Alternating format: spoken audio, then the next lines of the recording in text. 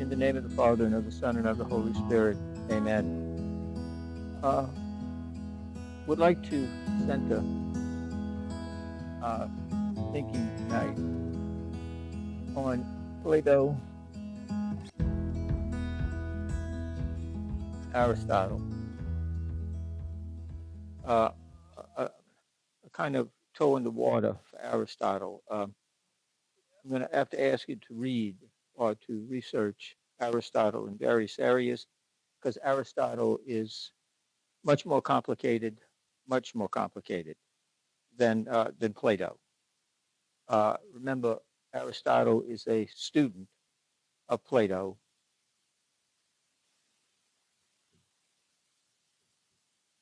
and they have an intellectual falling out, uh, which is very important because of its ramifications that it will have for Christian theology centuries later. Because for Plato, the philosophical touchstone for Plato is St. Augustine. And for Aristotle is the same for St. Thomas Aquinas, um, of which, if you hopefully will look at the Summa Theologiae, he simply refers to him in bold capital letters, the philosopher, which gives you an indication of uh, the esteem to which St. Thomas, uh, whose feast we celebrated just about a week or so ago, uh, held Aristotle. But again, the important thing to keep in mind is that the Augustine and Thomas do not buy this whole cloth uh, because they have the benefit of the Bible, of Revelation, and at least in this case, 4 centuries of Christian reflection taking place, and much further for Aristotle, for Plato, for Aquinas, who goes all the way into the uh, 13th and latter part of into the beginning of the 14th century.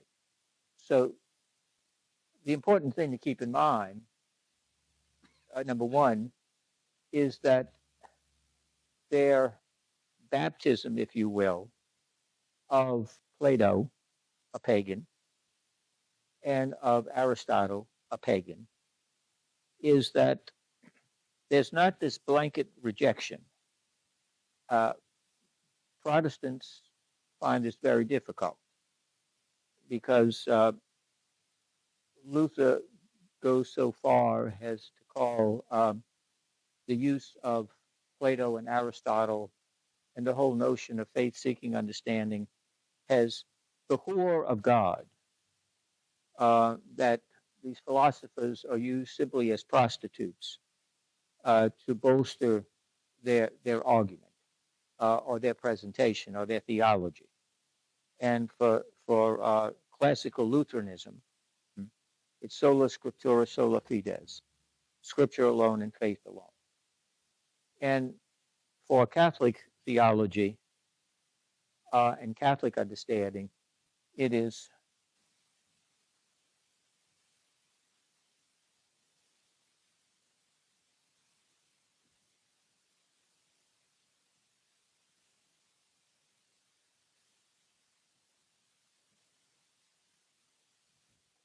faith seeking understanding, huh?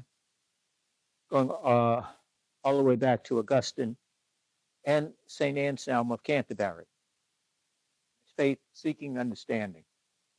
So if you notice the two, faith seeking understanding, or has many, many centuries later, the great encyclical by John Paul II, Fides et Ratio, huh? Faith and reason.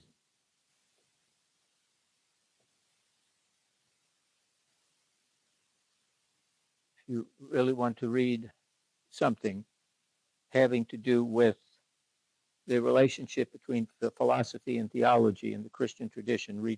Read John Paul's Fides et Ratio, Faith and Reason, one of the great encyclicals, along with the Splendor of the Truth and the Gospel of Life.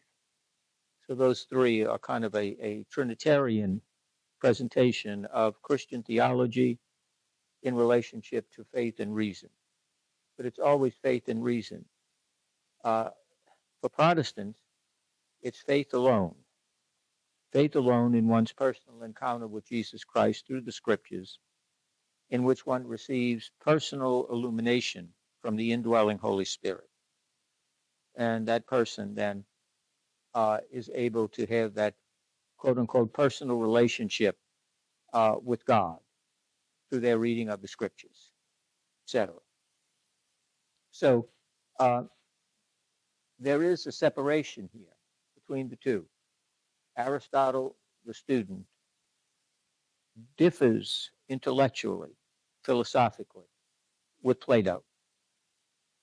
And I emphasize that because they're going divergent ways. It's not personal. There's never an attack, never bitterness, none of this kind of stuff that's so much with us today. It's not that somebody simply disagrees with us, but if they do, they're evil and bad. There's something wrong with them. And that's why you have such vitriolic kinds of things and such a toxic environment. Because if you really believe that the person is your opponent and they're evil, then it's your obligation to obliterate them, to destroy them, because you can't tolerate evil. And we've lost this notion of a kind of civil discourse whereby we agree to disagree without being disagreeable. And we certainly can disagree without saying, not only do I think you're wrong, but I think you're evil. And you have bad intentions. And you see it so toxic in our political discourse today. That's why it's too bad we don't have more Father John Courtney Murray's around. Great Jesuit theologian of the mid to even into the 60s, theologian, great theologian, who suffered much, by the way. Great brilliant mind, and a great loss to really American Catholicism and what he suffered by the church, from the Catholic Church. And John Courtney Murray was very interested in indicating that Catholicism and the American experience, the American Republic, the Constitution, were incredibly compatible. And in fact, Catholic theology reinforced the understanding of the American experience and its constitution, its form of government, and its civic way of life based upon natural law. Because he saw the Constitution as basically the product of a natural law thinking, which it is. And his discussions, his book is a classic. It's never gone out of print. It's much studied. Unfortunately, there are many Catholics who go to law school and have never heard of it. I know firsthand. We hold these truths. It's a classic. It's a classic. And you can say that about few things. And Murray was very much known for advocacy of religious freedom. And the first of the, what is the first right enumerated in the Bill of Rights? No. No. Oh. Freedom of religion. Yes. Yes. First one. Oh, don't feel bad. I asked the same. No. You have the right of freedom of well, look it up. Look at the Constitution. Uh, yeah, from Louisiana. I'm surprised you didn't say the right to own guns. Uh, you know, the the right to hunt.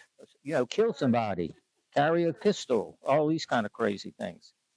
No, it is the first thing is religious liberty.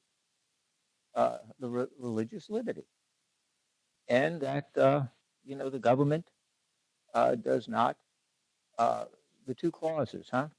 The non-establishment clause and the non-infringement clause, both of those. Now, the problem in subsequent years is that the two clauses were used against each other, which it never was for the longest time. That is the free exercise and the non-establishment clause.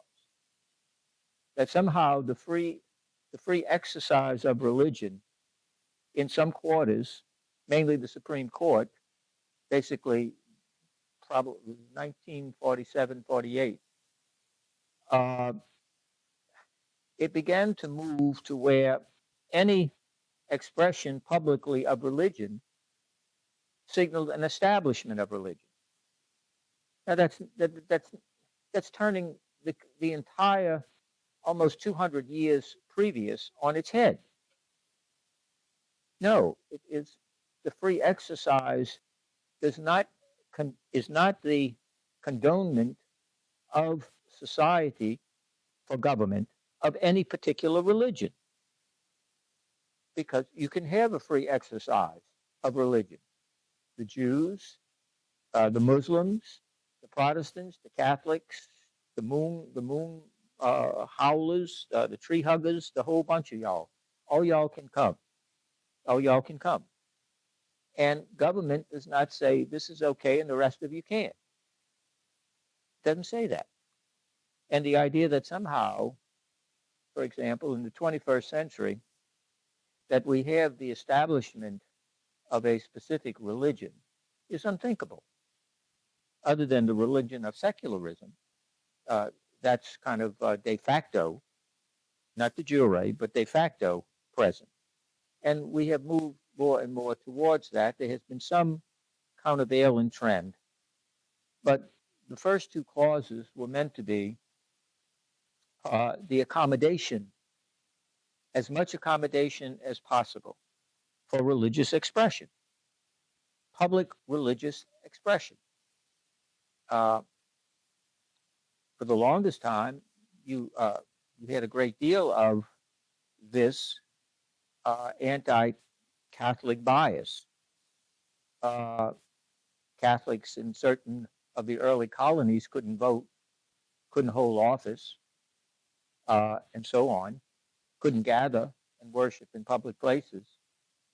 Um, one of the even into the late 19th and into the 20th century, an amendment called the Blaine Amendment for a representative up in Maine. Blaine was his name.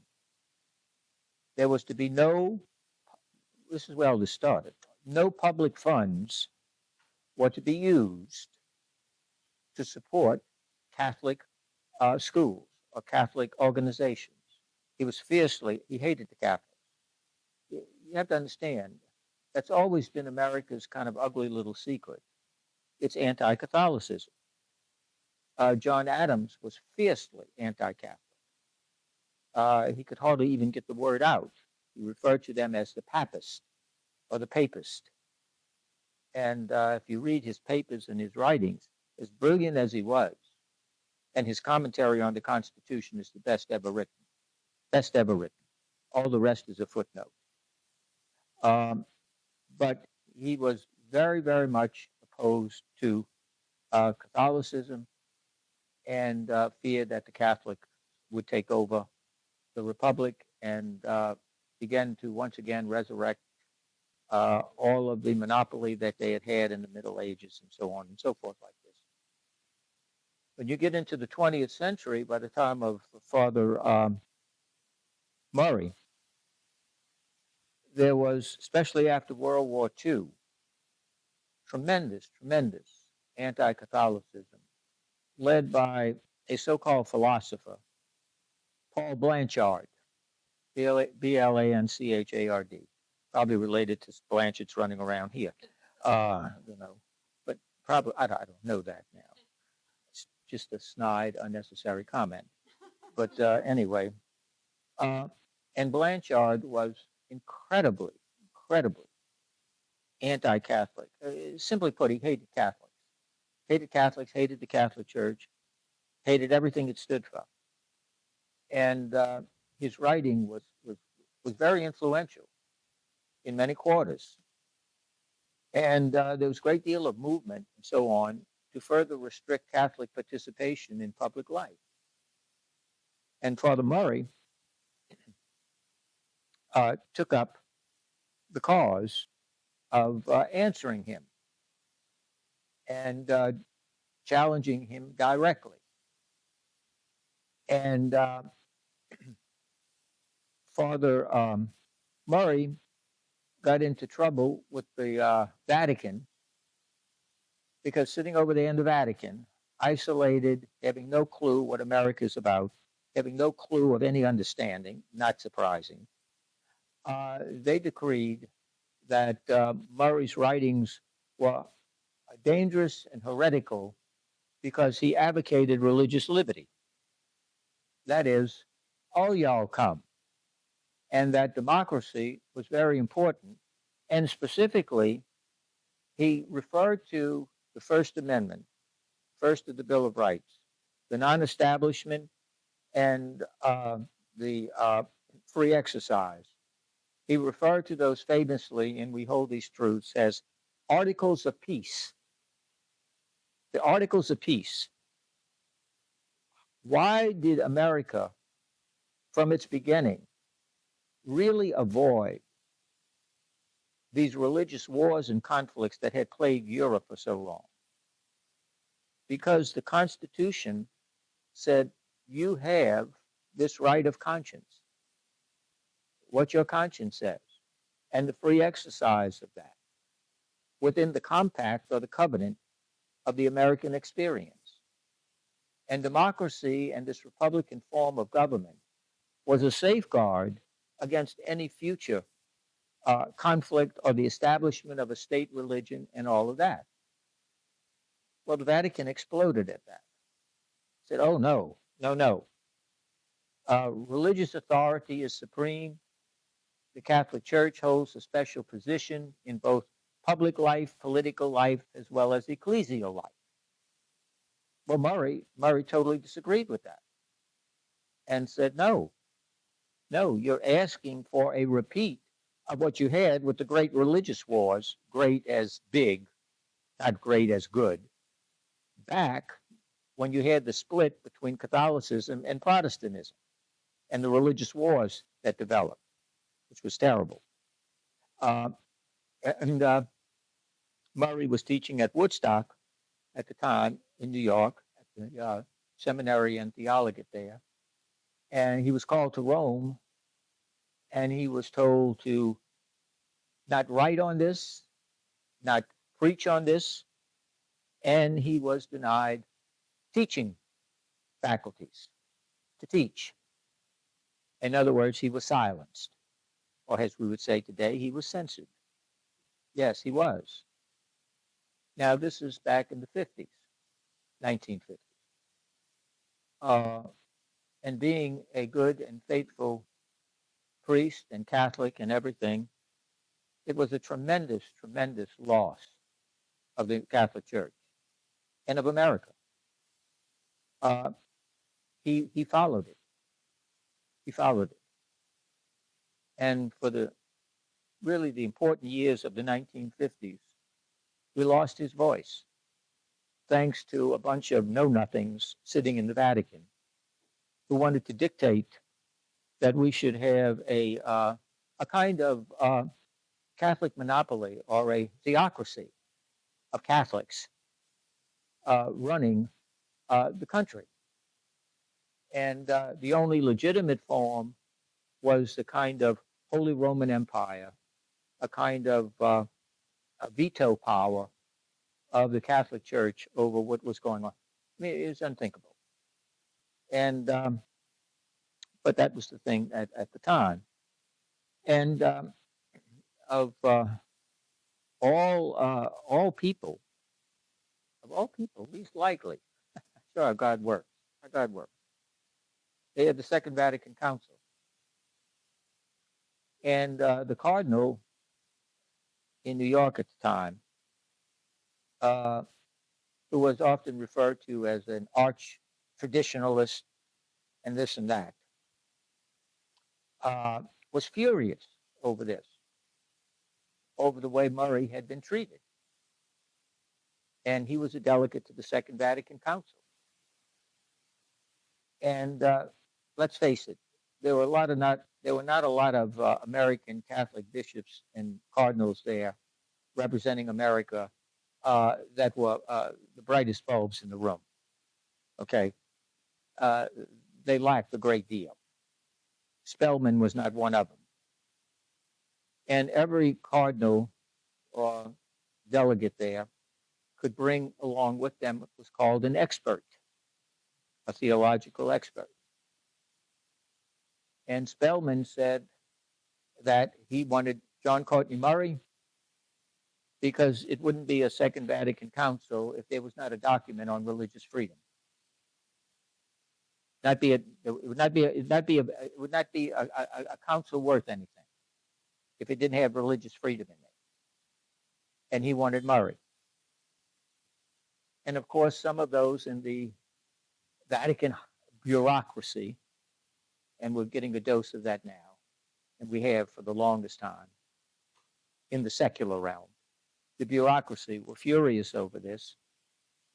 And Spellman, who was really the senior official of the American delegation there, said, I don't know about anybody else, but if it's not Murray and we're not going to discuss this, I'm going home and not participating. And he had his flight. He was ready to go. And many of the American delegation would have gone with him. Well, John the 23rd had died at that time, and Paul VI was a very brilliant man, underappreciated, still to this day. He stepped in and said, no. He is going to be an expert, and we're going to address this issue on religious freedom.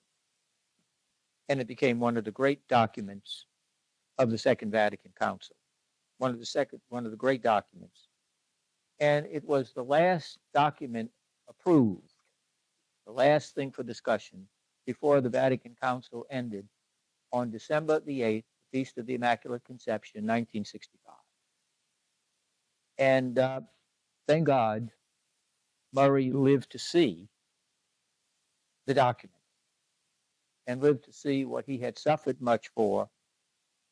A very fine priest, very holy man, very brilliant man, which of course scared many people, especially in the Vatican.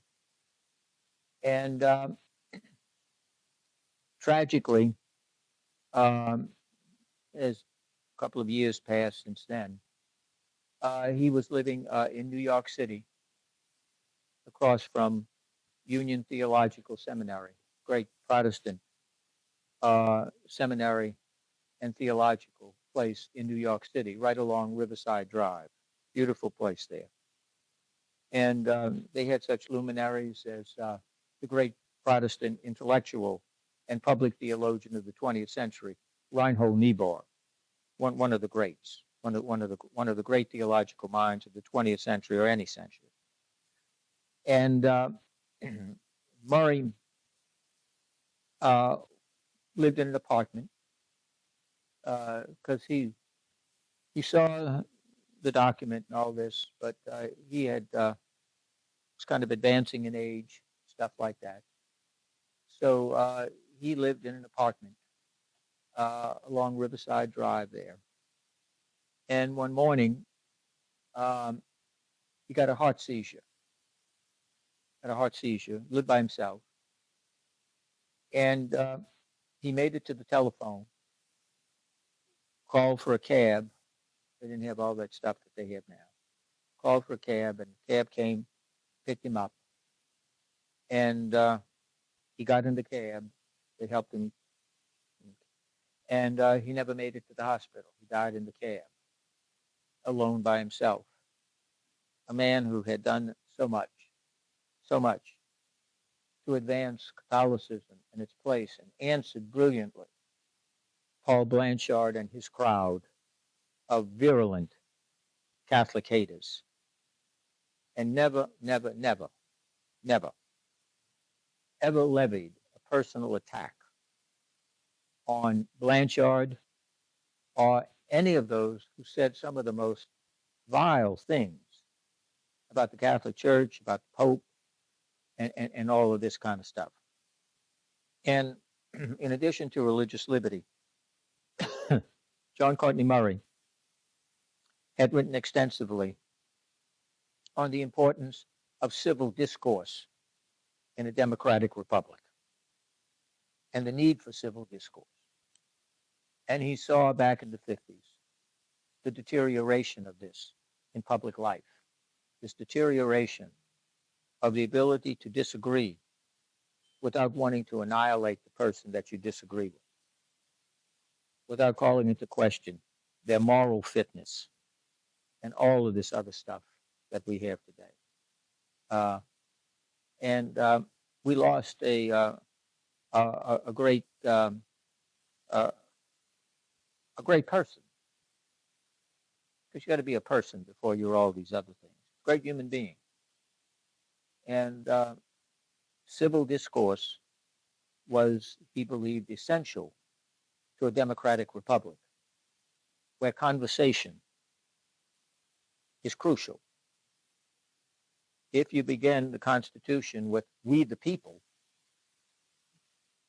and the people are supposed to be at the top of the flagstaff, you better know how to talk to each other, and not about each other, and not assassinate each other, and not demean, and all this other sort of stuff. Conversation is essential in a democratic republic. You have to be able to civilly talk to each other without immediately denigrating the other person as morally unfit and all this other sort of stuff, etc. And one can only wonder, and I'll end with this because it ties into this. It ties into our life today. It was discovered by the Musketeers, Elon Musk and his group there, that the United States, through this U.S. Department of Aid and so on and so forth, sends $15 million to someplace in Africa for the advancement of atheism. Now, I realize you probably don't believe that. Most sane people would not believe that. Most sane people would not believe that. But it's there. It's there. They showed the whole procedure, the bill and everything, the receipts and all this kind of stuff, etc. $15 million to advance atheism.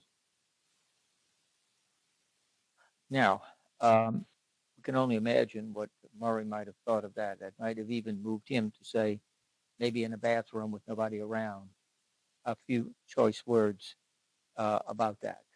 I mean, that's a bit much. But anyway, but our discourse has, and the point being that actually Plato and Aristotle were never so close as when they split. Because you see, you can have an intellectual, an issues argument and disagreement, a theological debate, a political debate, an economic debate, whatever kind of debate you want, without demonizing the other person. sticking to what the issue is. What is the issue? Aid here, not there. Okay. Is government too big? Is it not big enough? Da da da da da. Okay, fine. That ought to be discussed. But it requires a certain degree of civility and a certain degree of knowledge and respect, mutual respect, to where we don't enter into these things. I imagine the most recent example that most of us are aware of uh, is that of Ronald Reagan and Tip O'Neill. Tip O'Neill was very powerful, as you know, representative and Speaker of the House when Reagan was the president, two Irishmen. And they were about as far apart as the size of Tip O'Neill's waist. I mean, they were far, far apart. And between, say, 8, 9 in the morning to 5 o'clock in the evening, they fought fearlessly for their particular positions of what they believed, the direction of the country, the bills, the programs, and all of this kind of stuff. And almost every day, at 5 o'clock, schedules permitting, Tip O'Neill would go over to the White House, and he and Reagan would sit down and enjoy a adult beverage, probably Irish whiskey, and they would trade Irish stories back and forth. And the next day, right at it. That was every time they honored Reagan, O'Neill was there. And when they honored Tip at the end and all this kind of stuff, Reagan was there. We don't have that. Could you imagine the people involved today engaged in that? It just doesn't happen. And a lot of it is the nature of the media. A lot of it is the nature of what we have allowed, of what we consume, these programs. You want eyeballs on the TV, so you have all these fights and back and forth and all of this kind of stuff. You want listeners to your radio station who get the craziest people on there and have open the lines for every nut to come along and say something really crazy. We have this communication stuff that we're supposed to be able to really inform us and make us better citizens, where you can write anything you want, say anything you want, unattributed, undocumented, whatever. And people walk around and quote that as if it's the Bible come down from Moses. It's true. That's what I read. So sometimes, we become over quote unquote informed, and yet very, very ignorant and dangerously so. This is really a model back here. They had an intellectual disagreement on fundamental basic issues, big issues. And Aristotle was a student of Plato, as Plato was a student of Socrates. But it never degenerated into that kind of stuff. And that civility is what Father Murray and others have bemoaned. And I don't think our republic or democracy is better for it, frankly. But anyway, what is the most basic, lowest form of quote unquote knowledge, if it doesn't count as knowledge, according to Plato? Images. The images.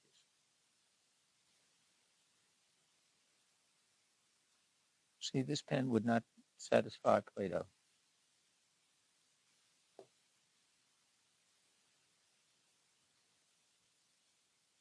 And when you say images, what do you mean by what are these images? How do you get the? Yes, that's right. Sense experience, huh? From the sense. I don't know what's wrong with this thing. Sense experience. That's the lowest form. What is the highest form? And what is knowledge? What kind of knowledge? What kind of knowledge? Well, that's knowledge. What kind of knowledge? Well, what's at the top of the line? I gave you the handout. Yeah, well, what kind? No. Well, what is, you can't keep using knowledge to explain knowledge. Otherwise, it's called a vicious circle. Give me these. What kind of knowledge did he specifically call for?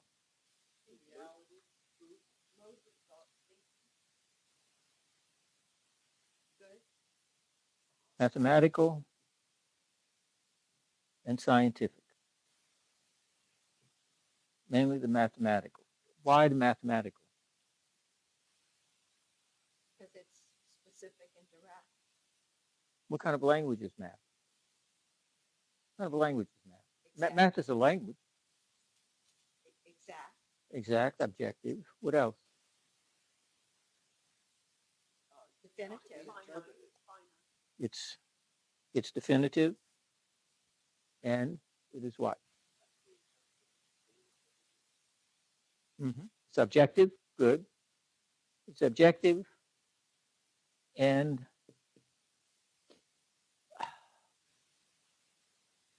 this will be dangerous. But anyway, Marie, what is your nationality? Predominantly. No, that's not a nationality. You're French. What is yours, may I ask? Irish. 2 plus 2. 2 plus 2. 4. Irish, French. 2 plus 2. 4. 4. Is anybody any different than these? Huh? What? Yes, but we're not talking about that, Gary. So, do we have duct tape? I'm just kidding. It's universal. Very good. Universal. It's universal. It's universal. It's objective. It's universal. And what else is it? Not only universal in its understanding, pardon me? Okay. It is the true one universal language. Language. Universal language. You've seen some of those science fiction movies, especially in the 50s and 60s. How do the Earthlings communicate with the aliens, or the aliens communicate with the Earthlings? No. How do they communicate? Huh? How do they communicate? It's on the board. What universal language? No. What universal language? Math. Math. Oh, thank God. Yes, math. My God, come on. 2 and 2 is 4. 2 and 2 is 4. We're talking about universal language. How do they communicate? Images. Oh, okay, that follows. No. Math. Math. Okay, math. Math. Obviously not a universal language, huh? You know, obviously it used to be a universal language. Obviously not in this universe. It's images that are very important, because we're all addicted to modernity. We understand that. All of you are little Nike people running around. All right. Okay, I'm losing my mind. All right, so we have this. And this universal language is formal.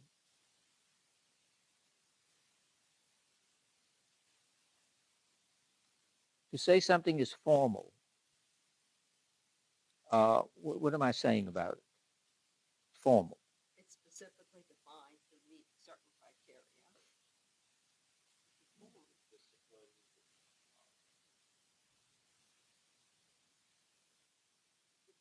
Is it specific?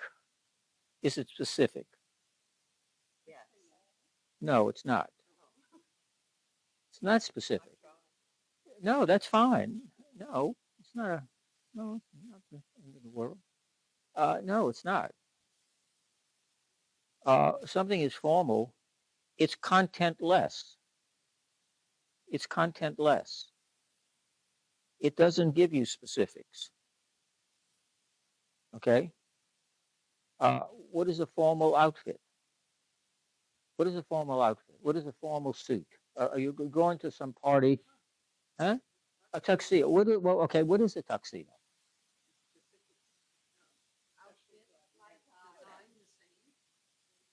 Can you wear a tuxedo? Yeah. Can you? Yes. Hmm. Yes. The tuxedo is formal. You don't come in seersucker or some kind of a beach outfit or casino outfit or something like that, and you say, I'm formally dressed. No, you're not. See, the content. No matter who's in the thing, no matter who's in it, it's still what? It's a formal attire. Yes, no matter who's in it, doesn't matter. See, it's there. Yes, you ought to be used to that. And it doesn't matter. You can get demerits and problems if you're quote unquote out of uniform, or if your uniform is not properly taken care of. Your shoes are not shined, your hat, and all these other kind of things. Even your bed. Your bed has to be made a certain way. Otherwise, the sergeant will come and rip the stuff off and say, start all over. Hmm? Okay.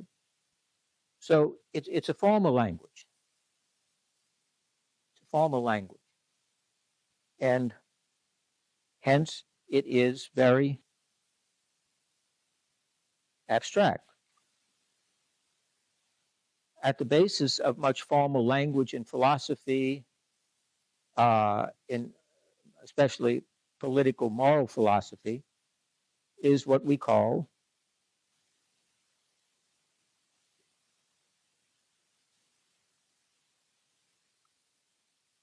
first principles. First principles. First principle. My God, what is that? What is the most basic first principle of moral philosophy?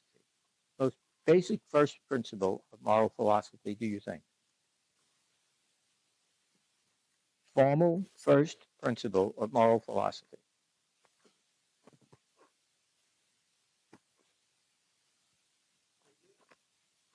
Hmm? Very good. It's very simple. Very simple.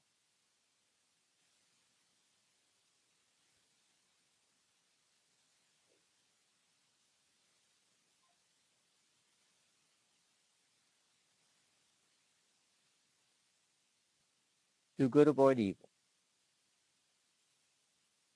First principle. First principle is not do evil and avoid good. Some people think it is, but no, that is not it. Now, the question is, uh, does this satisfy you as a first principle? Hmm? Why not? It does? Oh, really? Oh, my Lord. Okay. Uh, do good and avoid evil. Is this your thing, whatever this gadget is?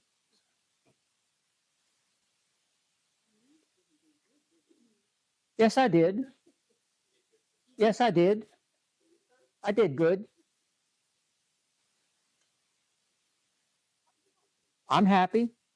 I'm okay with it. What's your problem? I'm doing evil. Oh, yeah. And so what? I think you're evil and you're wrong because what you think is why is your understanding of good and evil superior to mine? Why? Well, we don't take things from other people. It's natural law. Hmm. What does that mean? That means you don't need to be instructed, only instructed and know what's right and wrong. Why not? Because it's innate. I returned it.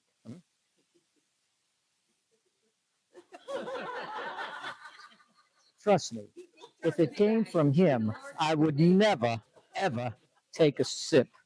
Okay, that you never have to fear. Okay, I might give it to one of you all, or several, but I wouldn't take it myself. You know, this is not Jonestown. All right. So, do good and avoid evil. The problem is evident. Problem is evident. What's good and what's evil? Well, what is it?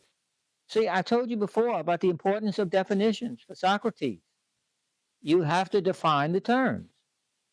Our former nurse here, of course, who's used to defining right and wrong for everybody. Okay, I've been on her ward.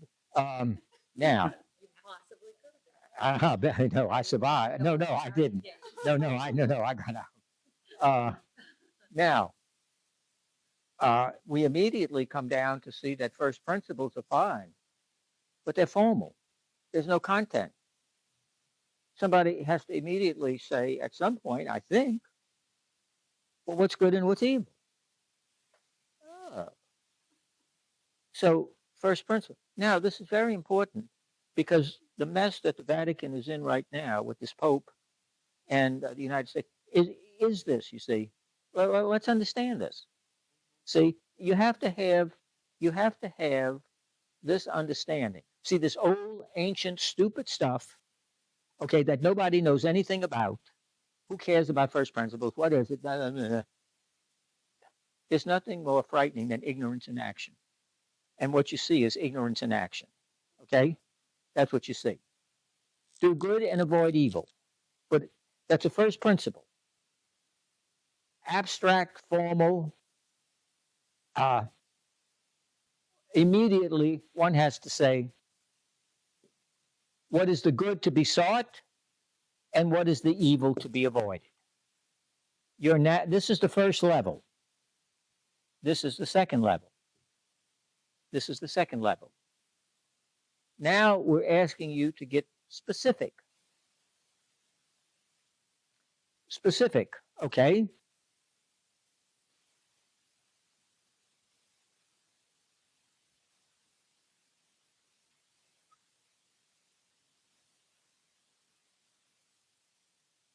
Respect all human life.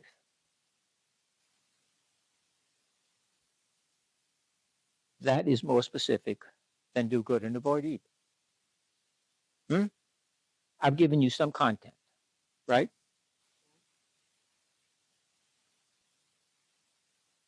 Respect in human life. Now, but I have to deal a little further into this, don't I?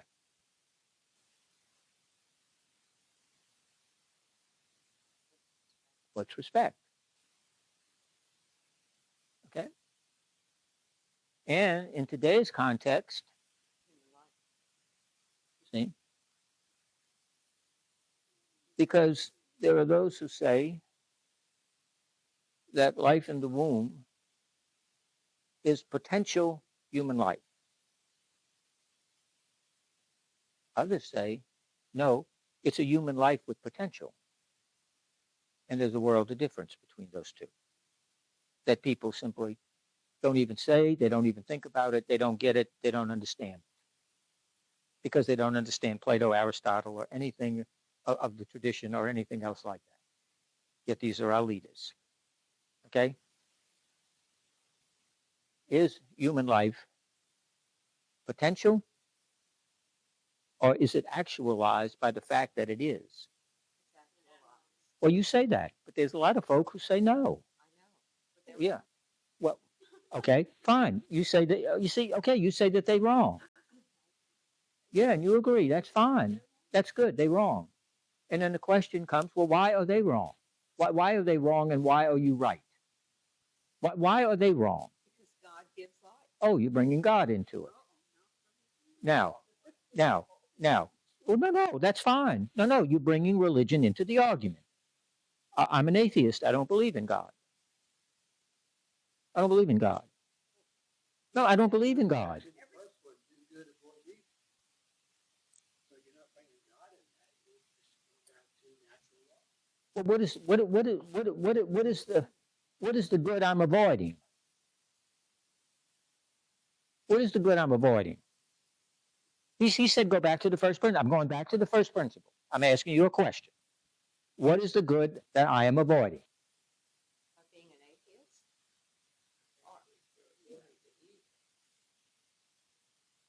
It doesn't say avoid evil. It says do good, avoid evil. There's not a period there or a line or anything. There's a semicolon. Do good, avoid evil. What is the good that I am avoiding? That you tell me I'm wrong, Marie, since you were so vociferous in your attack on me. Huh? The What good good? that you're avoiding What is good? the goodness of creation. Well, give me a little short four-letter word. God. No, life. Right. God is three. You're right. I'm She not- went to I'm- she went to Catholic school. No, she didn't.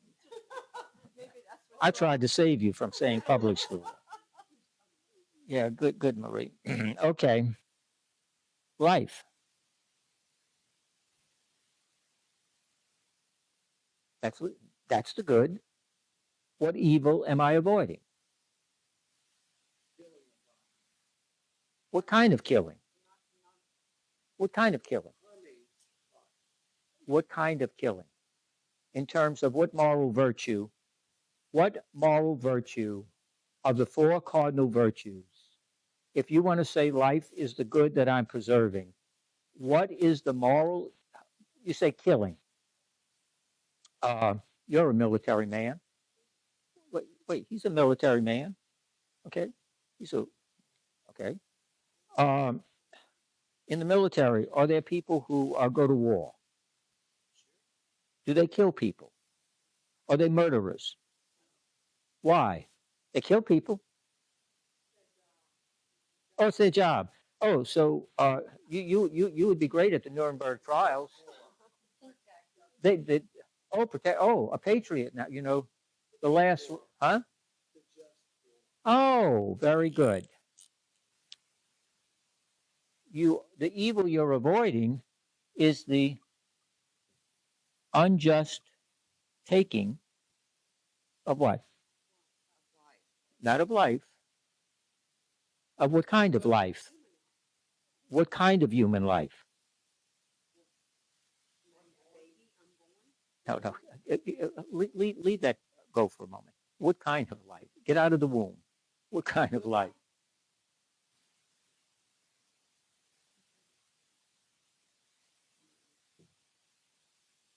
of innocent.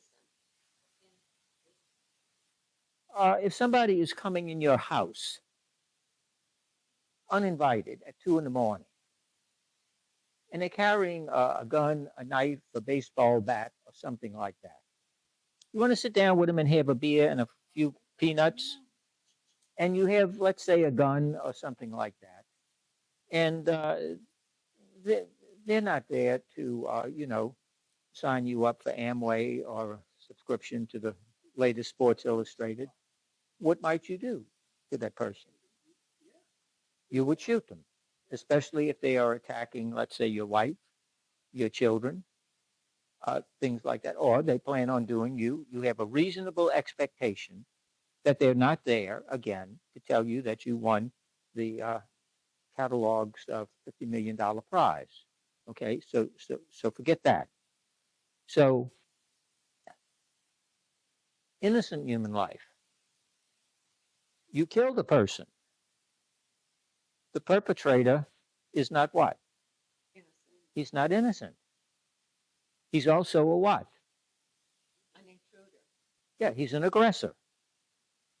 Is it reasonable to believe that he means to do you lethal harm? Yes.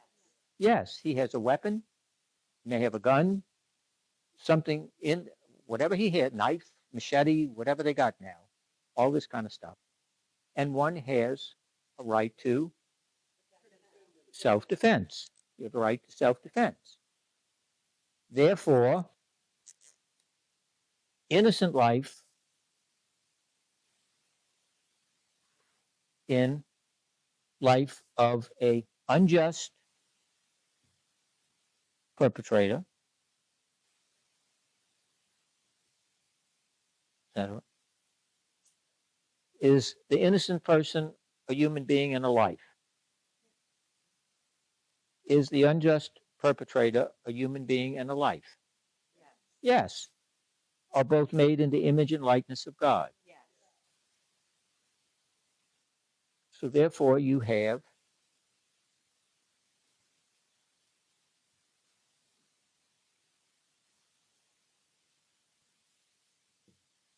an equal proportion. Life for life.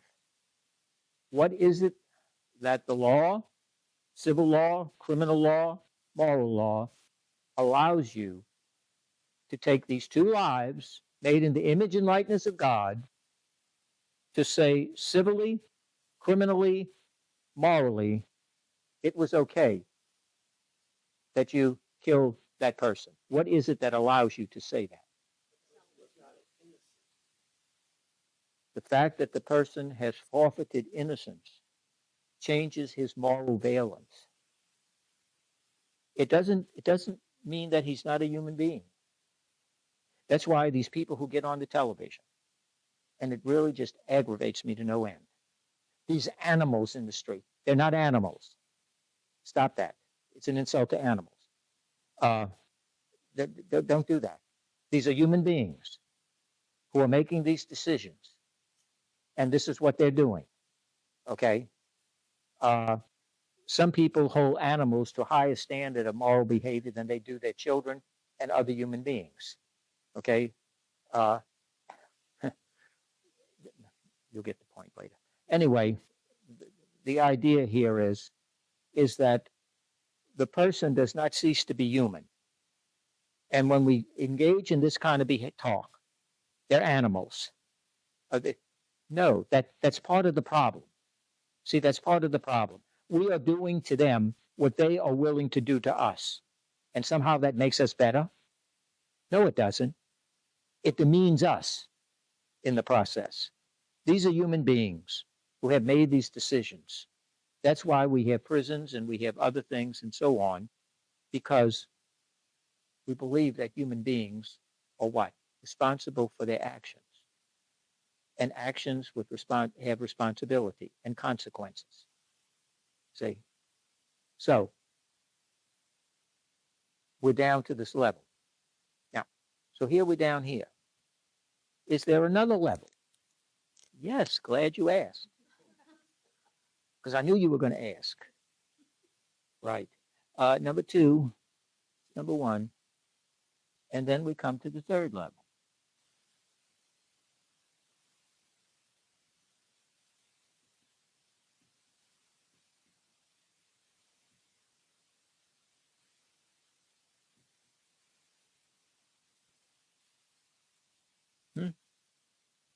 Come down to that level.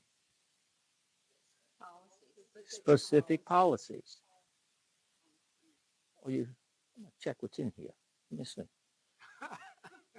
I don't think you fit to drive. You might not even be fit to walk. Can somebody help this gentleman home after? My Lord. Ooh. Ooh. I have a very good handwriting, I'll have you know. Thank you. So you have specific policies. Now, if that if that upsets you and so on and so forth, then my suggestion is you go read Vatican II, the document on the laity. Go read the document on the laity. Not that anybody will, but it's there. It's there. Problem is the people in the Vatican haven't read it. Okay? They can't have. The point being that it specifically says that when you get down to specific policy decisions, that's where, especially when it affects the common good, the society, the social order, there is no special knowledge, competence, or anything that one has simply because one is a churchman, a cleric, or anything else. That's where we have to turn it over to and listen to the people who are competent in those particular areas. Now,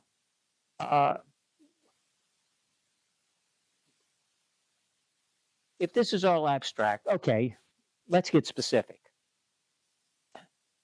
We have a border crisis, or whatever you want to call it, an uncontrolled border situation. Do good and avoid evil. Yes, yes. I'll agree with that. That's the first principle. Now, how do I do good and avoid evil? Well, I respect all human life, human beings. Therefore, the people who are illegally coming across the border, do they cease being human beings? No. No. Should they be treated with respect? Yes. Yes, they should. As a human being made in the image and likeness of God. I mean, that's a no-brainer. Okay, that's fine.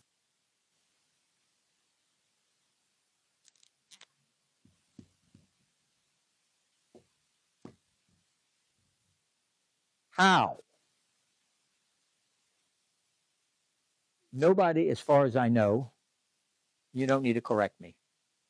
As far as I know, nobody in here is competent to tell the president or anybody else how to lay out specific policy for controlling the border and all that that entails. You can have your opinion. You can put your finger in the hair and run to the barbershop and the beauty salon and have all your plans, programs, policies, all that. That's all fine and good. Yes, have them, have them, have them. For 25 cents, you can get a cup of coffee at McDonald's, perhaps. That's about it. Okay? That's about it. We're not competent. We're not competent. You can tell me what it is. Okay? Somebody advocates plan A. Okay. Somebody advocates plan B. Okay. Now, as a citizen, if this is going to be discussed and reach this level, etc., as a citizen, I have a duty to what? What's your duty as a citizen?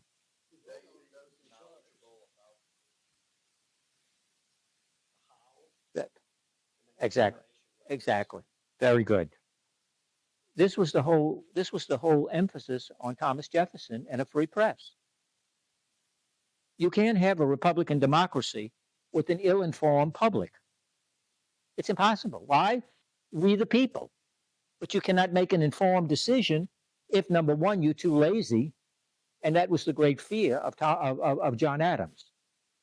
After the Constitution was all done and everything else, Adams said, the great fear of a republic, of a democratic republic, is a lethargic, lazy public.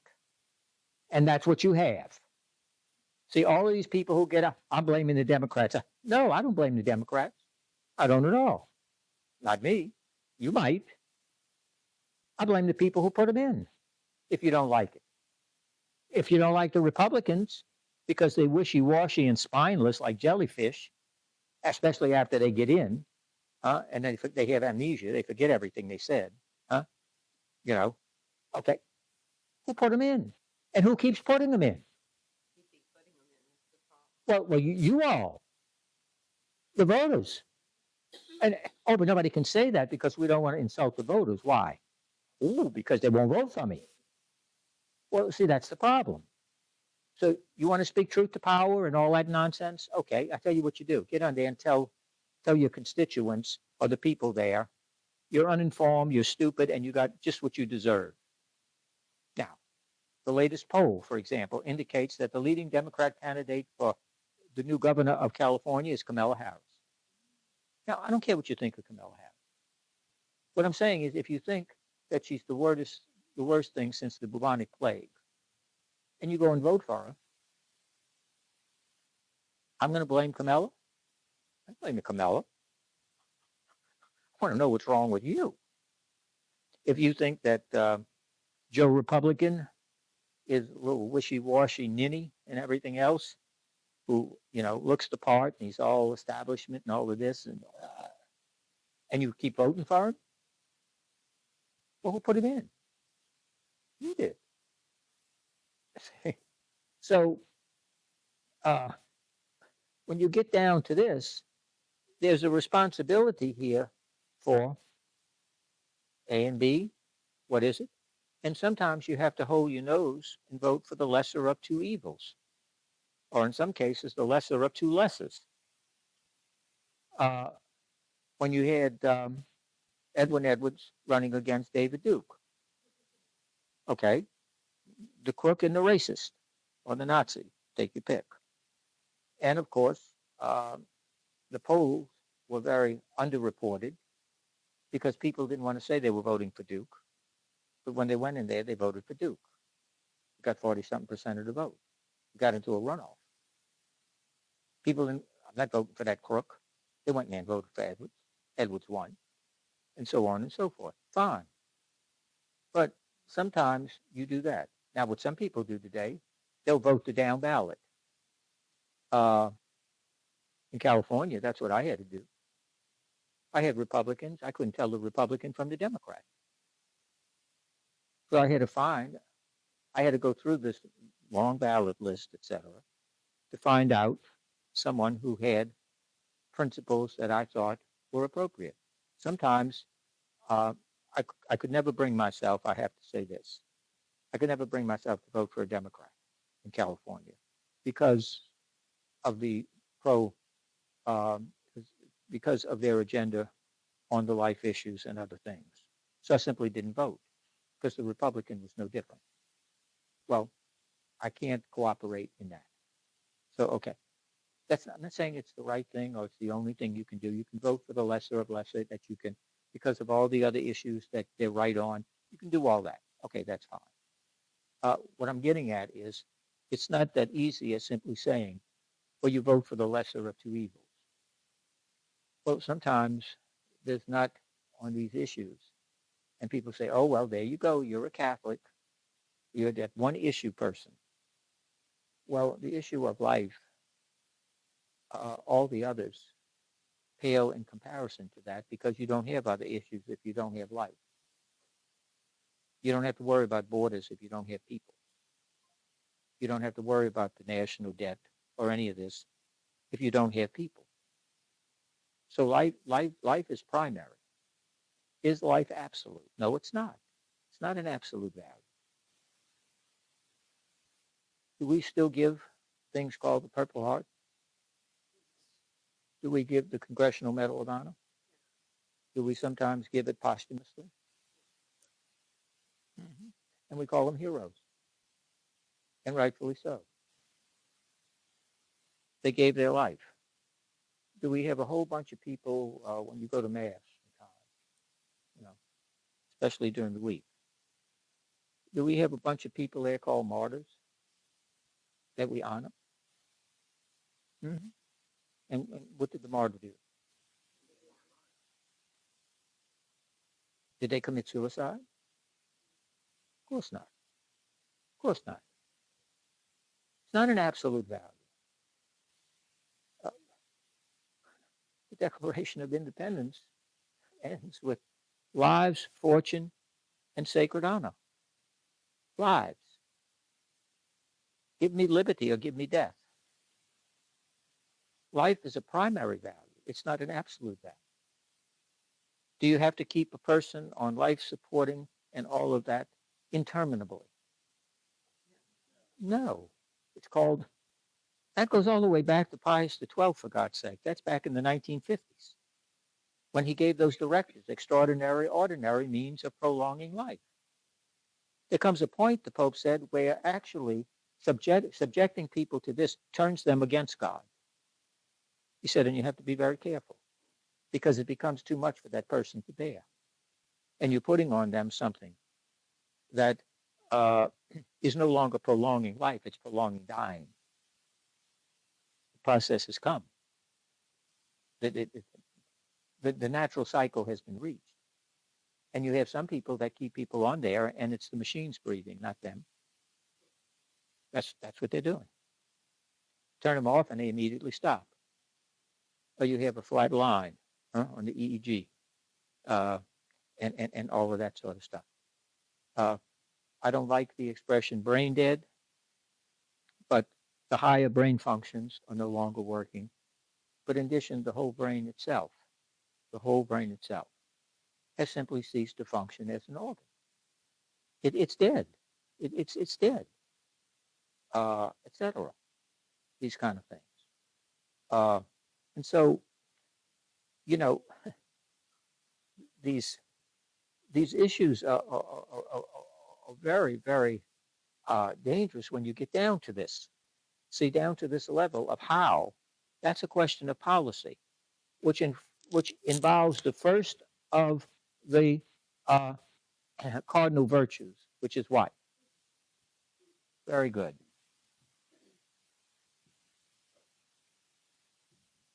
Good judgment. Good judgment in the particularity of a situation, of a policy, of a case. The most prudent people in the world are often, or should be anyway, parents.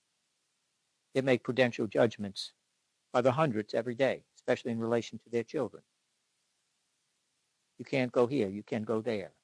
Who's that? Have you studied? No, that's too much of that. No, you can't have that. Turn that off. No, they're making prudential judgments. They're making prudential judgments. Does it mean they're always right? No, it didn't say infallible judgments. It said prudential judgments. Judgments on the basis of what you believe to be the best given the information and where you are in that particular situation. Could you be wrong? Oh, yes. That's why the grounding of prudence and the making of decision must always be the chief of the virtues in many ways.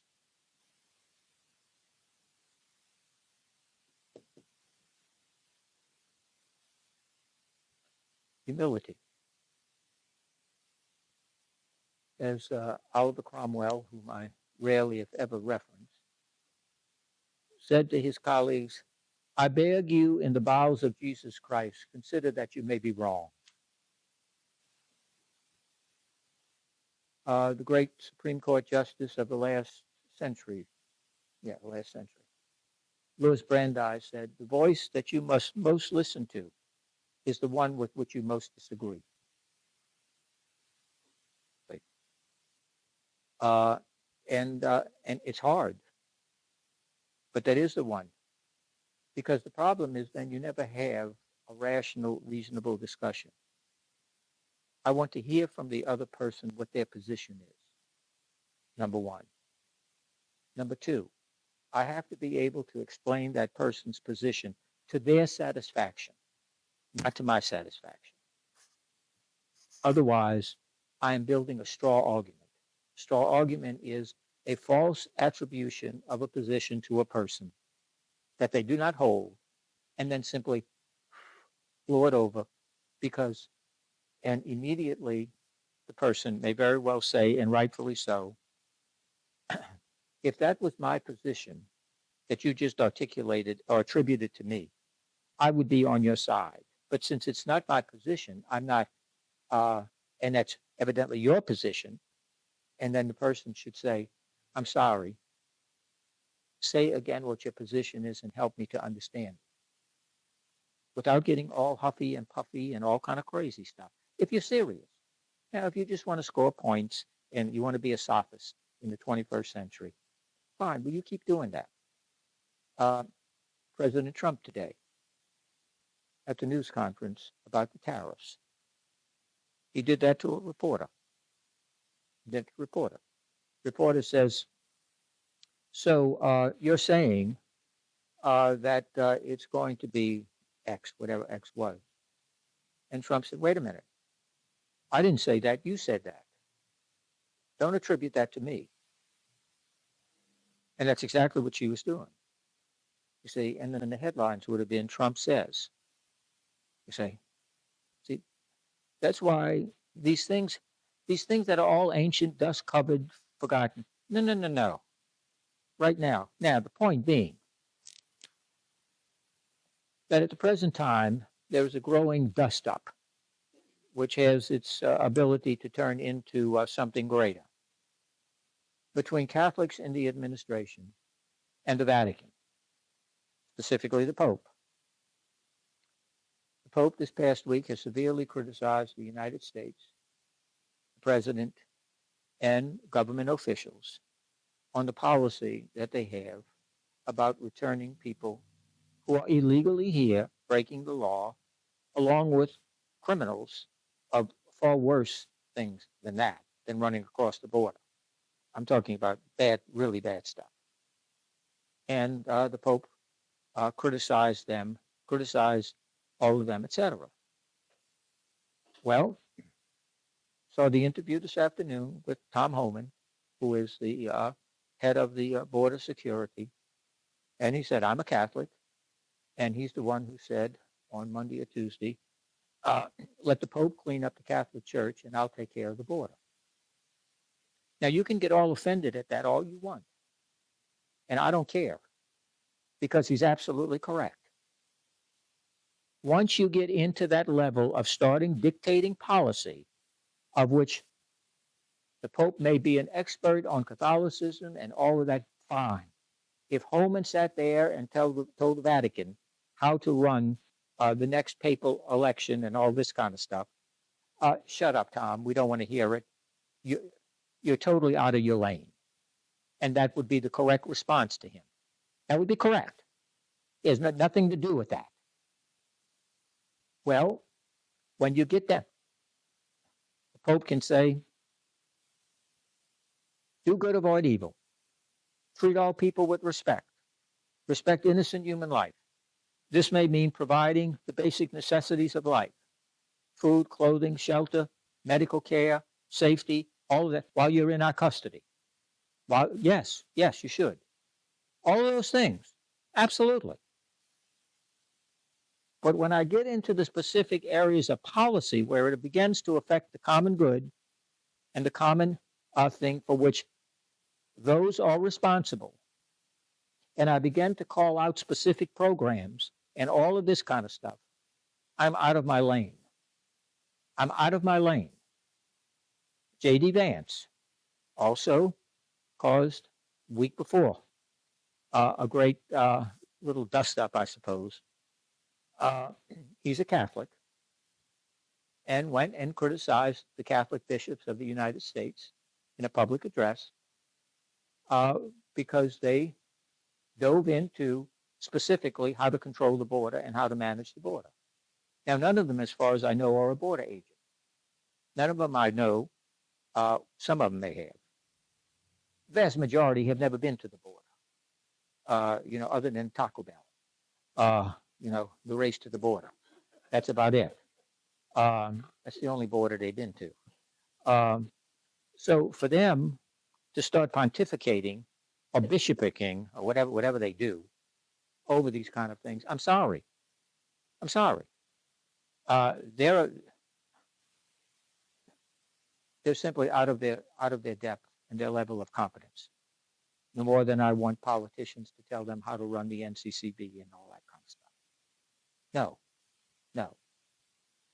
I want to, if I'm a religious leader, which I'm not, thank God, for you, I believe in the first principles. I believe that we need to respect life, etc. I believe that we need to treat people with respect. And when they're in our custody and involved in this, they are not to be tortured, not to be maltreated, none of those kind of things, which not only injure them, but they dehumanize and injure me as the perpetrator. St. Ambrose said, one never is healed by hurting another. You never heal by hurting another. And, it what reminds me of, may have told you this, I don't know. They had this young priest, newly minted. And he was sent to this parish. And he arrived in the parish on Monday with his suitcase and all this kind of And the pastor says, "Hi, how you doing? Look, this is the deal. I have a funeral at 11 o'clock. I got another engagement. You take the funeral." Young priest goes, I, 11 o'clock, 11 o'clock in the church. Pastor goes off. Young priest doesn't know anything about the people, knows nothing about the setup, knows nothing about anything. But you're ordained, get to it. So he goes to the funeral, and he if he had lost his religion, he found it. He was saying every prayer he ever heard from the nuns and everything else. Holy Spirit, come. Oh my God, even God that they don't, even the ones that exist and he forgot about. Come on, he needs everything. He's all in there. Whereas the Blessed Mother, Saint Jude, everybody, huh? Yes, you got it covered. That's right. Okay, so he goes out there, and the dreaded part comes.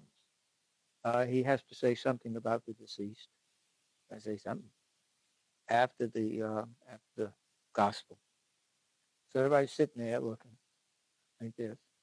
Who is this? God, what is this? Where's old pastor that we don't like, but we're used to him? So make friends with your enemies and your demons and everything else. So they sitting there looking at him. And priests, um, we're all here gathered, and I know that John was very dear to all of you. So I thought this would be an excellent opportunity for all of you to say something good about John. So if you could just raise your hand if you have something good to say about John.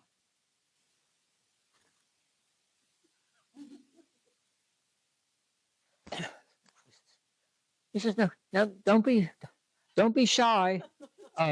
It'll be something very important. If you want to just give a memory or something."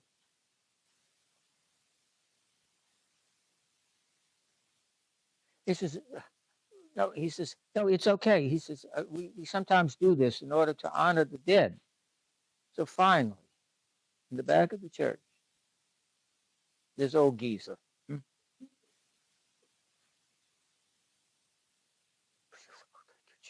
Thank you, Jesus. Yes, sir. Yes, sir. Yes. The man in the back. Yeah. What do you have to say about John? He wasn't as hateful as his brother. Thank you. And sits down. Well, the problem, we sometimes, we don't want to get into that about, you know, more hateful or less hateful and all that kind of stuff. The point, of course, being that when we get into these policy things, etc., and we're choosing this and so on and so forth like that, uh, we defer. We defer to the people who have knowledge, experience, etc. We do our part by evaluating, etc. And then we make, hopefully, a prudential conscience and consciousness decision with humility. Sometimes we make a decision and we hope we're wrong about it. I believe this about this person, but I hope I'm wrong.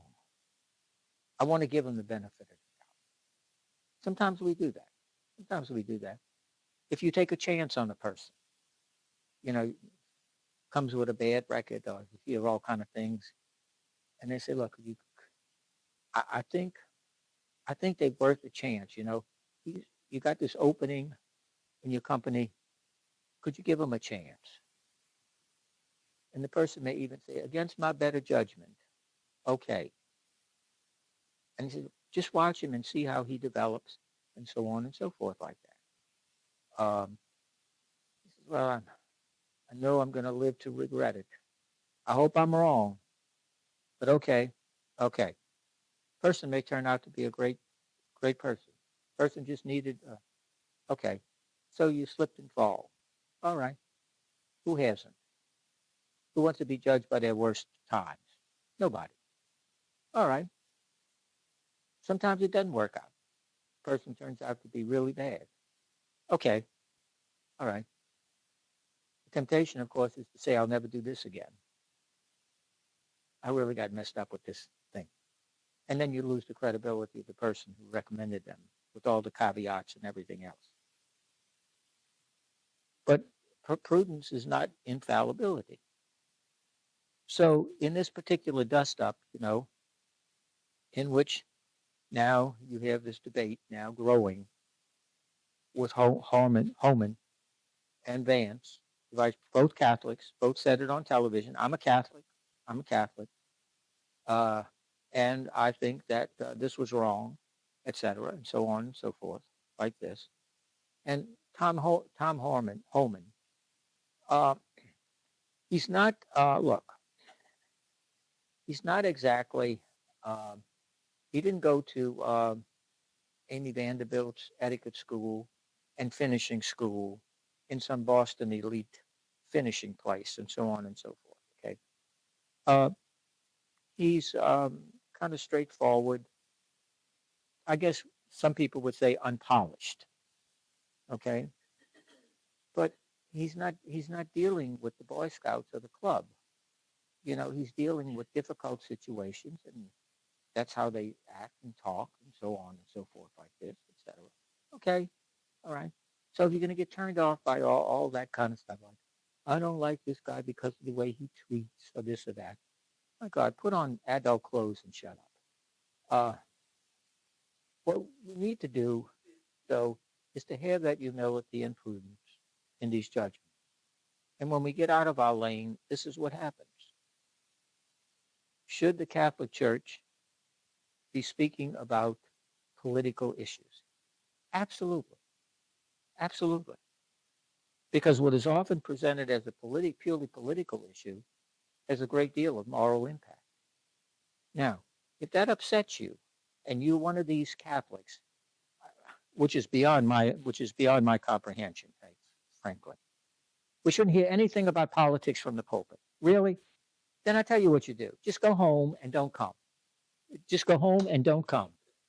Because my suggestion to you is you get a catechism of the Catholic Church, okay? Get a catechism of the Catholic Church and go to the index, just for the heck of it, just to torture yourself if you have nothing else to do. Okay? That's all. And my suggestion to you is to let's say, just for the sake of discussion, if you look at part 3, Life in Christ, and you don't have to do it, if you don't want it, it doesn't matter. Chapter 2, beginning with the human community, Article 1, 2, 3. Chapter 3, Article 1, 2, 3. Section 2, 1, 2, 3, 4, 5, 6, 7, 8, 9, 10. And read the social encyclicals of Pope John Paul II. And the first one to write the social encyclicals was Leo XIII, which we had to study in high school as a freshman, as part of your religion program, Rerum Novarum, the New Order, in which the Pope, it was one of the most groundbreaking encyclicals ever written.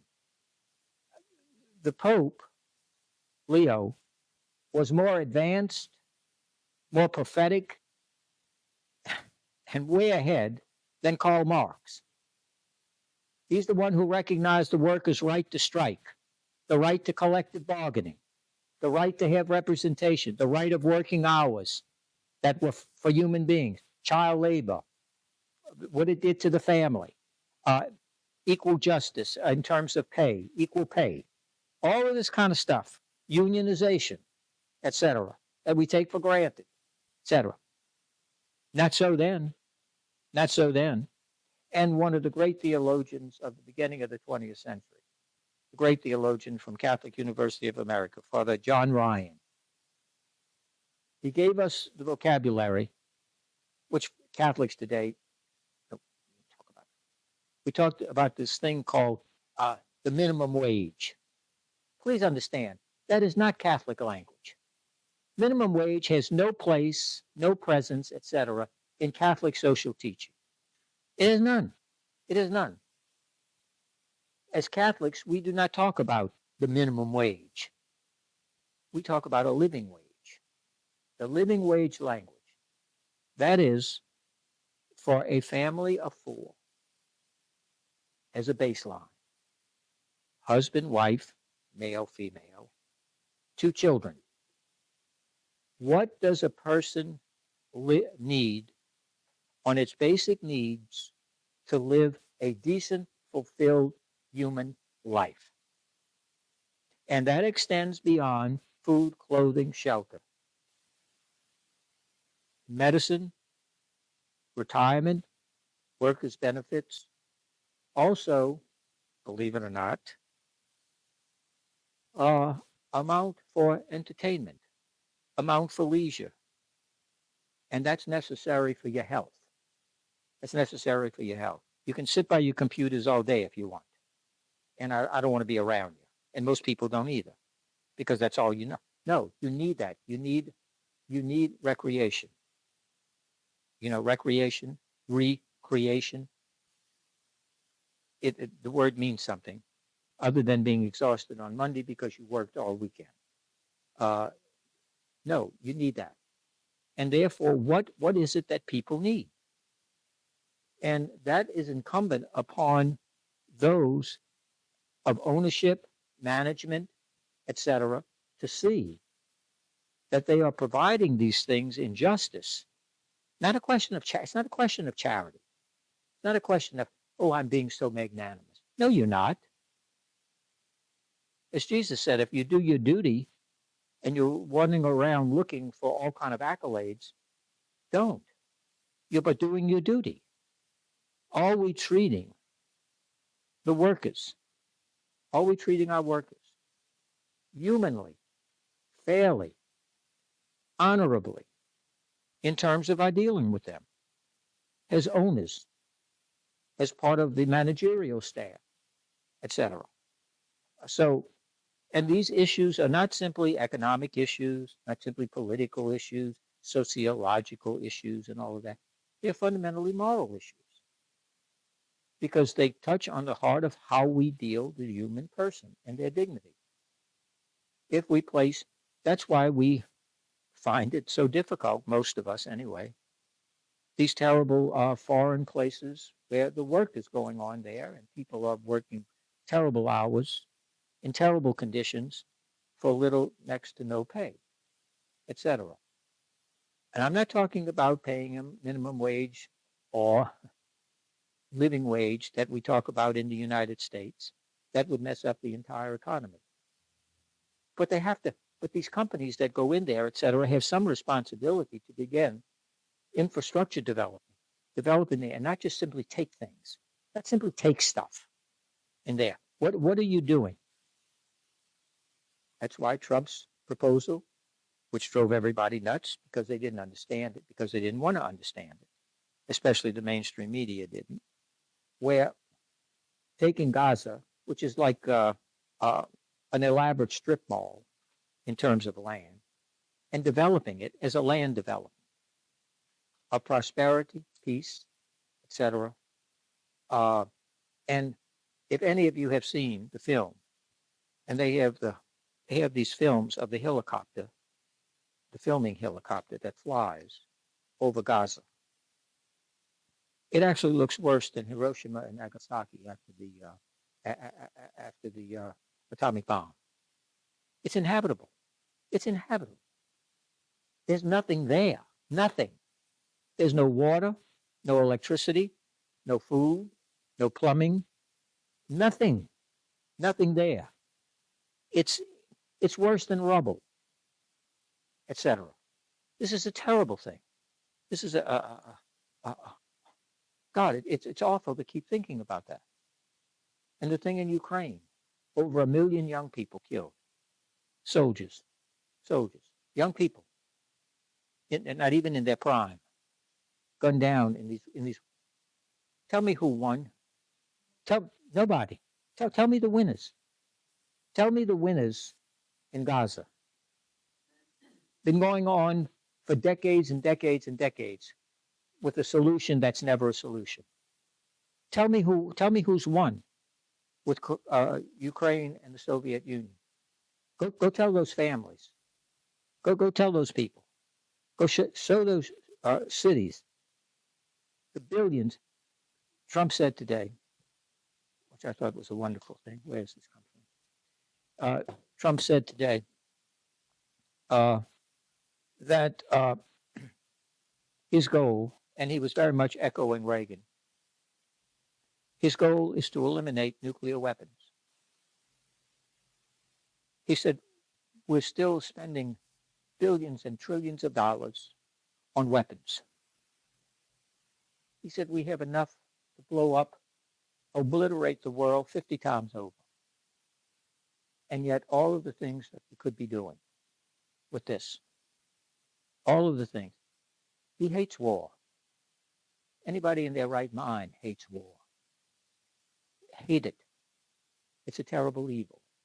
As Pope Paul VI said, the first Pope to visit the United States at the UN General Assembly, said, war no more.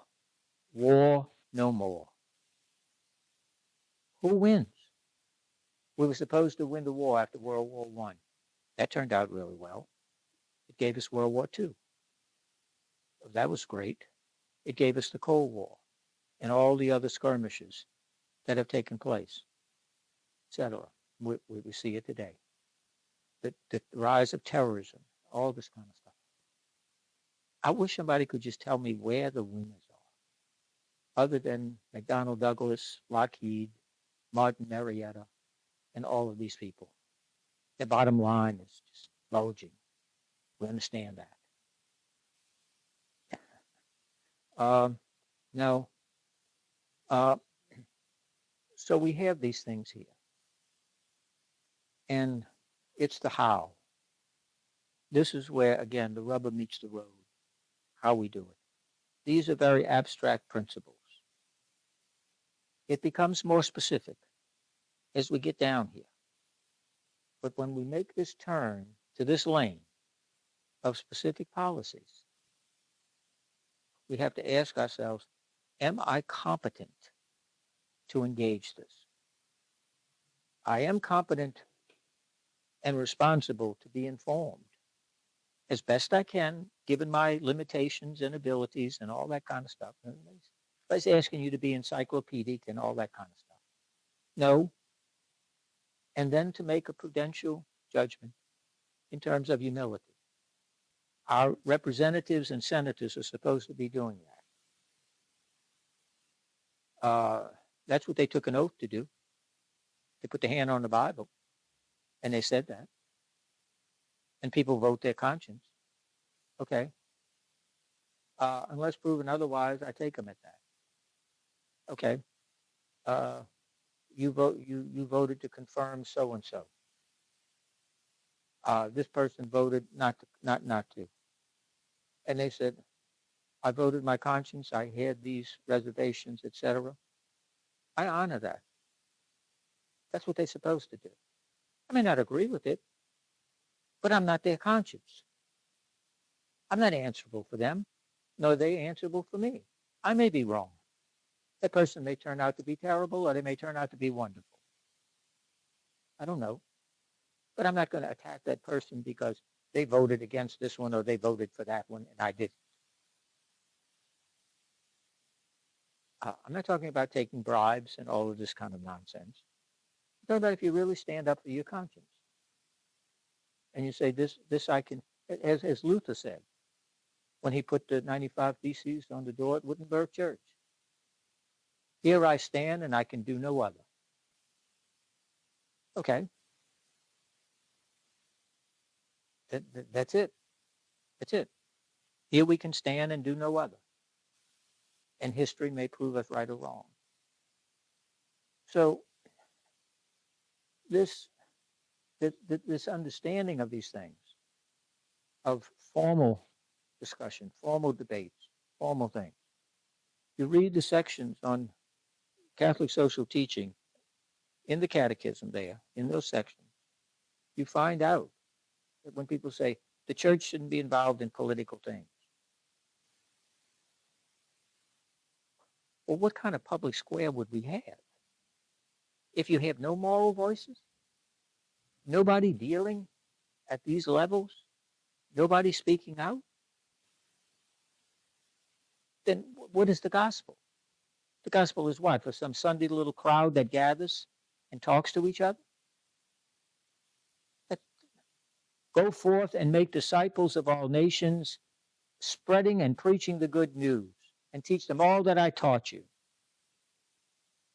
We have a public responsibility as a public church. Whether we like it or not, the most significant moral voice in the world today is the Pope. No, nobody's even second. Moral religious voice. Nobody commands the statue and the wherewithal and the clout of the Pope. Like it or not, agree with it or not. The statistics, the numbers, and all that goes with it. When they install the head of the Anglican Church in England, and they have the election for the Pope, you tell me which one. You tell me which one. When they get the chief rabbi of Judaism, tell me who it is. Tell me who the head of the National Council of churches is. Tell me who the head of the Mormons is. No, no. And with that comes great responsibility. And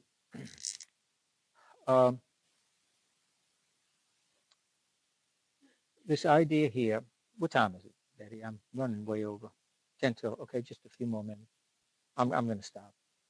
For Plato, this idea of knowledge and so on, we talked last week about the politics and all that, so the political arrangements, etc. They disagree greatly on this, and they disagree on this idea of reality. For Plato is formed. What two realities do we have?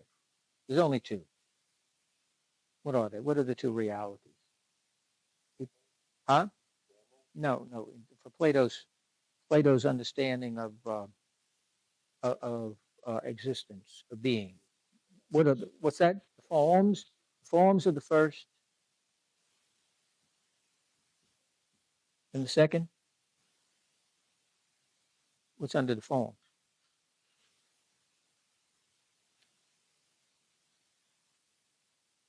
The forms all by themselves. They're just up there playing kissy face. Well, you have creation, don't you? You have earth, stuff, cosmos. You have things, huh? You have the forms, and then you have forms. The forms. We've been talking about that till the world falls over. And then you have creation. You have, and what is the creation in relation to the forms? Their reflection, a copy. That's right. Are the forms perfect?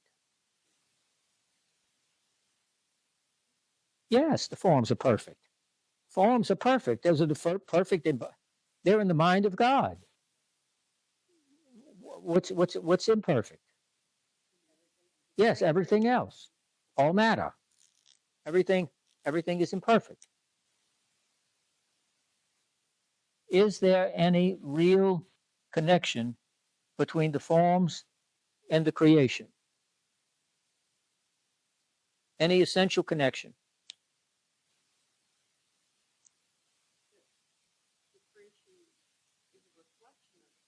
Yes.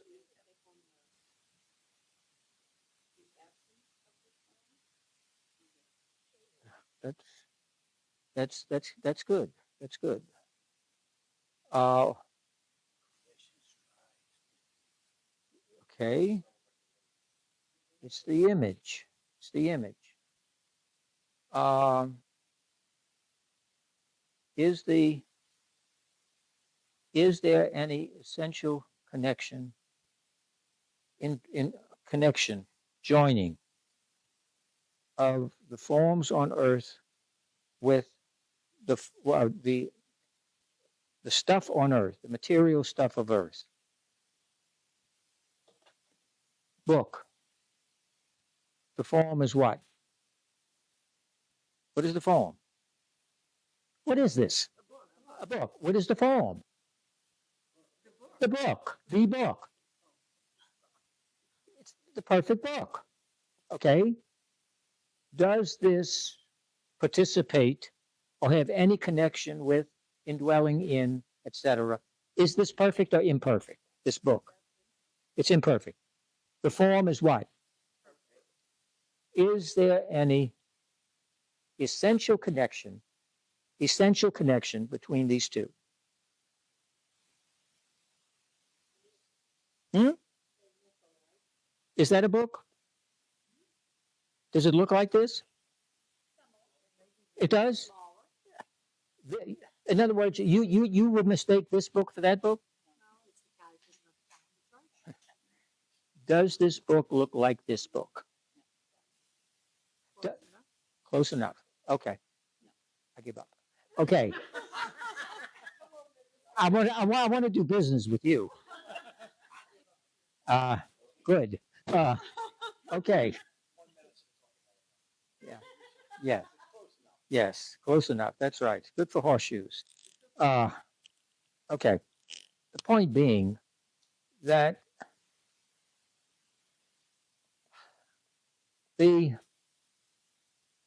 perfect cannot take as it is here into itself. Why? And what would that do to the perfect? Yeah, that's right. It would contaminate it. There's no connection. There's no connection. Now, the question then is,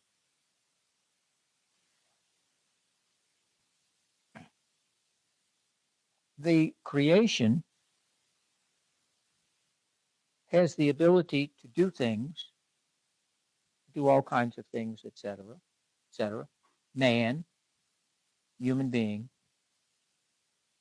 if it has no essential connection, how is it able to do it?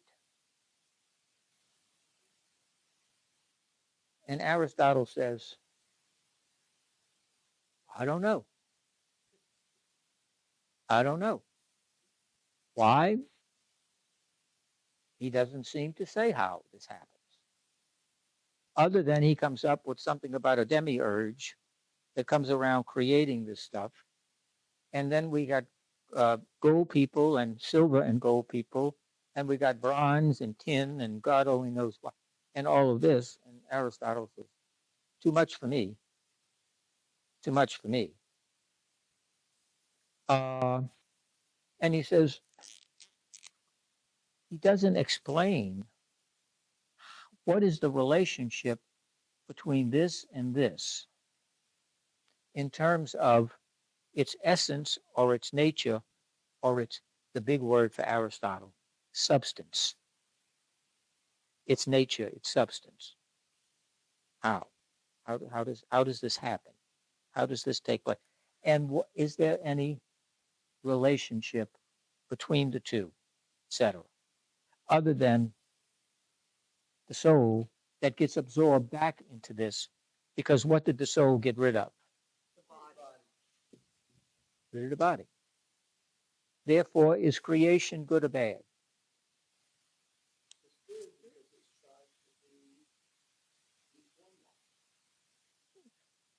And how do you know that? I mean, what gives it that? You say creation. You say creation is good. You say creation is good. Uh-huh. It's good. It's imperfect. So it's lacking. So it's not good. It's not good in terms of metaphysics. It's lacking something. It's deficient. Does it decay? Does it die? It's not perfect. It's not good. It's not good in the metaphysical. You're thinking in the moral sense. So you're thinking morally. Okay, come off your high horse, Colonel. And I want you to think metaphysically. Why is God good? Perfect?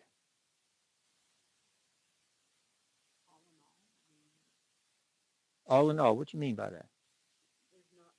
He's omnipotent and omniscient. Good? He's right. You want to say it? Go ahead. Is there anything lacking in God?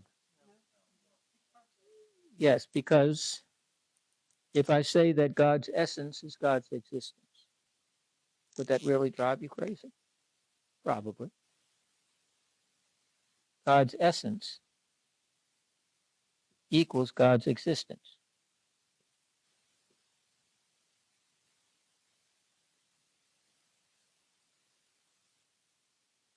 Essence is what? Being. Very good. Being. And God's being is God's existence. You buy that? Why? Why do you buy that? Why do you buy that? Yes. Very good. She has stumbled on the question of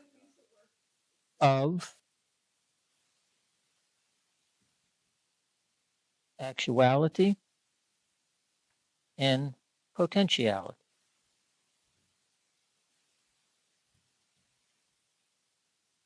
Is God actual? Is there anything in God that's potential? No. Are we actual? We're not actual, so you're not here. So I'm not talking to you. Thank God. Could you find out how to do that? What about is there any potential in you? So is there something deficient in you? Yes. Yes, lacking. It's not a moral thing. It's not a question of you're a bad person. See what you've done? It's not that. It's potentiality in terms of being. Yes, we're all imperfect. We're all deficient at some level, etc. I don't know astrophysics. So many things. Okay, it doesn't make me a bad person. It's acknowledgement that I don't know Mandarin Chinese. I don't know these things. Okay, well, I'm deficient in that. God, existence, bespeaks being. Hence, we talk about a what? What kind of being? What kind of being is God? Supreme being. Totem, totem tutu. He is the. Oh God, come on, get me through this. It is the totality of good and the supreme of good. You can have the totality of good without being the supreme good. Think about it. Can you have the totality of goodness? Yeah, you can have, let's say you have all the virtues. You have them. You have all the knowledge. You have this and you have, you have knowledge and you have all these kind of wonderful things. Does it necessarily mean you have the supreme? No, because you can have various degrees or proportions of those things, but have them all and still be deficient. For example,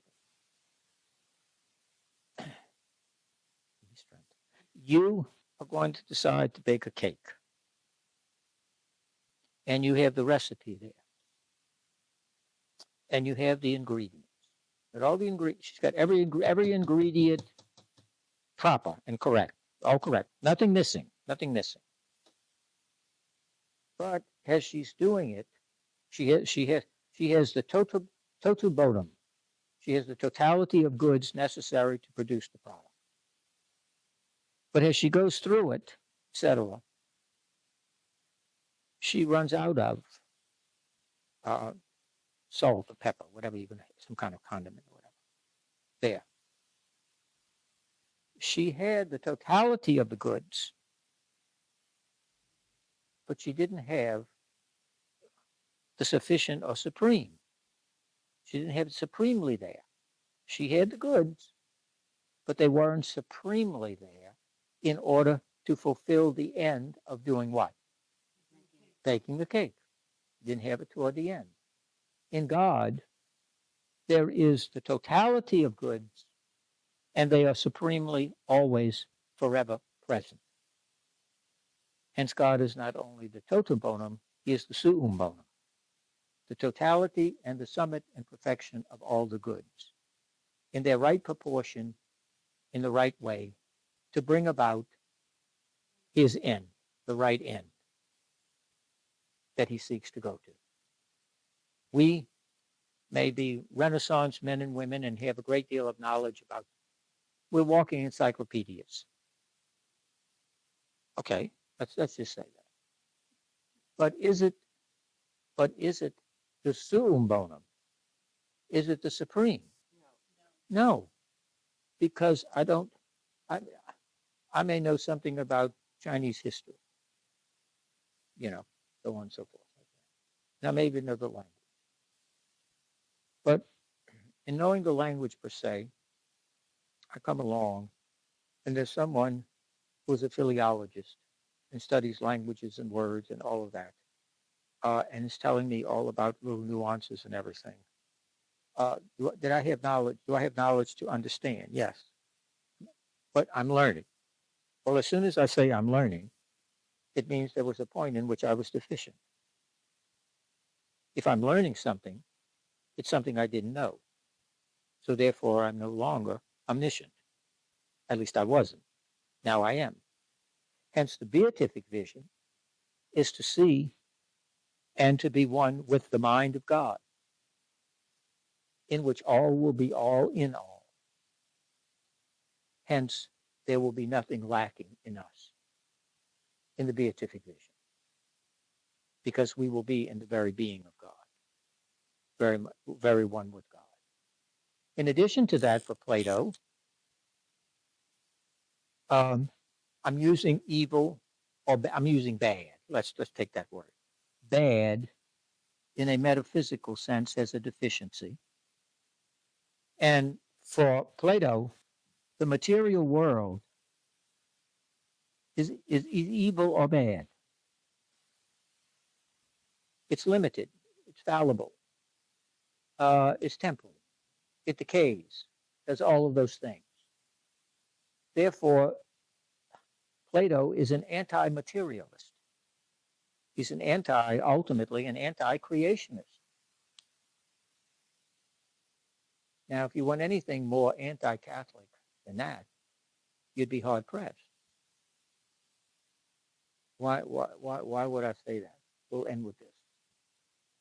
Why is that? If you are a Catholic, can you be anti-materialist in the philosophical sense, in the sacramental sense? Why? Why not? Very good. What else? What else? What else? That's all? Ever been to a baptism? Have you? Yeah. Do they use anything there other than a host? Oh, they may not use the host even. Water, oil, anything else? Candle? Yeah. You ever been to a marriage, a wedding ceremony? What they use? The prenup? No. What do they use? What do they use? What do they use? The rings. Yes, the rings. Rings. Some people even have these things tied together and all kind of stuff that they give and everything else. My God, it's unbelievable. Anyway,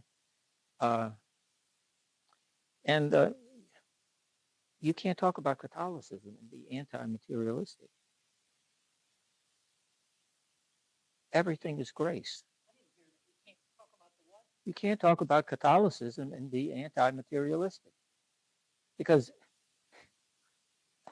everything is touched by the fingerprints of God.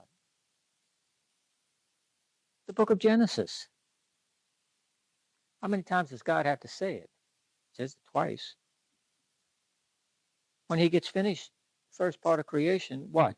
It is good. It is good. When he finishes it with man, It is very good. it is very good. Plato, Lord, no, can't be good. It's a copy. It's decayed. It falls apart. No. All of that kind of stuff. See? The forms and the transcendence of God and the immortality of the soul, escaping from the body, that has some connection and some rubbing with Christianity. Say, why is that? How does God create in Genesis? How does God create? The wind is the word. Very good. The word. God said. That's the unique thing about creation in Genesis. God, like all the other religions, God is always using something. God speaks by his word. For Plato, the earth is a reflection of what? The earth is a reflection or image of what? The forms. Very good. The forms. Yes, we want to stay in the language of the person. You know what I mean? That's how you get used to it. Anyway. All right. I'll stop. I give up. Okay. What I would ask you to do next time, please, and it's very important. If you're interested in it, you're not, don't worry about it. Yes, ma'am. Plato, he said he's the poem. Yeah. Okay. I just got lost when you said that. I just didn't. You know the forms. Yeah. Okay. So what's the That's Plato's belief. yes, The poem. right. Okay. He doesn't believe in God. No, Creation belief? no, He thinks no. they created different. No, they're created, but they're created in, you have to read the Timaeus, which is the dialogue, and it's created by the demiurge. Okay? Isn't that a word he used for God? The The demiurge? demiurge, I hate to make the connection because it will require fine tuning, but I'll do it anyway. If you read, open your Bible, if you would, and look at First John, the Gospel of John, chapter 1. That's simple enough. Go to John, chapter 1. You have it? Would you read it, please? In the beginning was the Word, and the Word was with God, and the Word was God. He was in the beginning with God. All things came to be through him, and without him, nothing came to be. Now, stop right there. Did you realize what you just read? Just answer my question. The Word, and the Word is connected with being, with existence, without which nothing came to be. Therefore, what part of creation is not touched by God? None. None. Plato says, oh my God, you got to be kidding. No.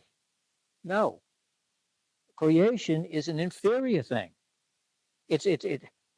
Anything with anything matter, ultimately, you want to get to the intellectual forms and ideas. And I told you last week that he says that the liberation of the soul is when the body dies, it is the soul being released from the tomb of the body.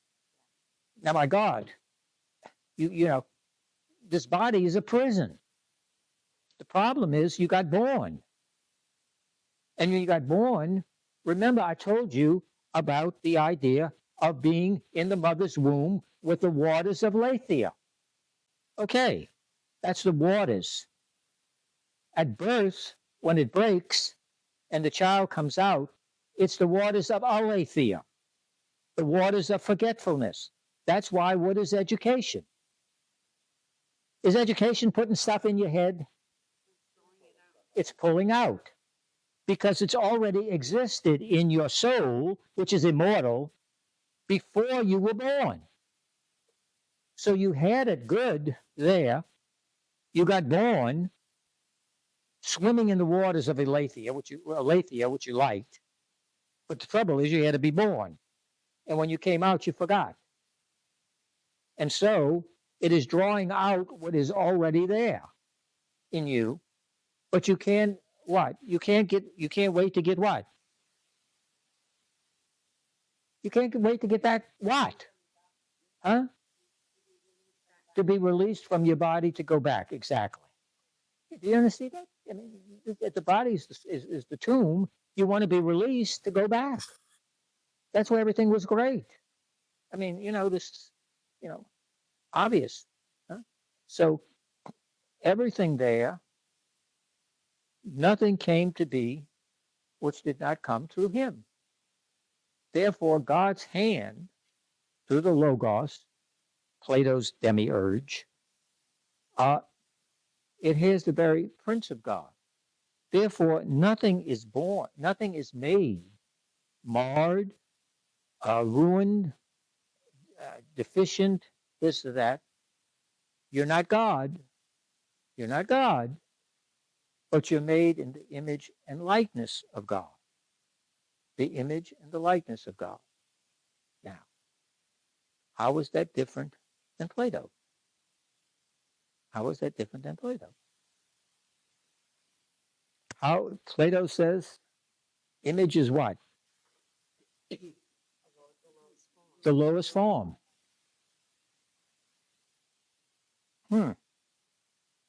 Plato says it's the lowest form. Genesis says you're made in the image and likeness of God. Do you see a discrepancy there? No? Okay. So that's a problem. That's a problem. And what's really a crazy problem is Christmas, isn't it? Christmas, which is the greatest presentation. Okay, if you want to know the number one story that brings people back to the church, it is the Christmas story attended with their spouse and their children. That's the greatest story because it is the supreme revelation of God, his love and commitment to his people and mercy. You can read them all the theology books you want.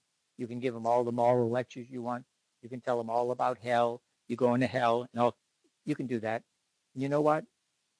Young people don't buy it. They don't believe it, and they don't want to hear it. Goodbye. You can do all that. But first, you got to tell them God loves them. And God is committed to them. You don't believe it? Ask yourself. When's the last time you went to somebody who told you you were rotten, stinking, no good, and lousy? And I don't want anything to do with you. Oh, I can't wait to go to that person to get advice. No. Oh, that's just soft on sin Jesuitism. No, it's not.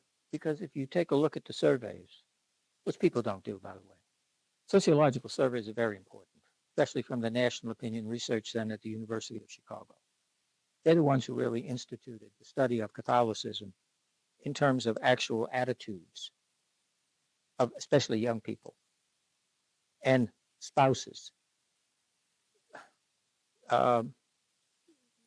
Take us far. I don't want to get into it, but you need to avail yourself of NORC. It's supremely important. You want to strengthen marriages between husband and wife? Read NORC. Read, huh? Yeah, National Opinion Research Center, University of Chicago. Read them.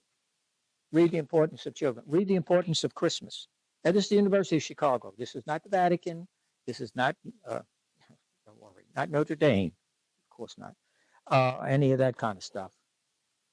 Read this. These are first-rate sociological studies on the Catholic imagination and its effect on behavior, an effect on family.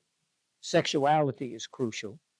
Sexuality is crucial. It's one of the most important things that the Catholic imagination has to offer.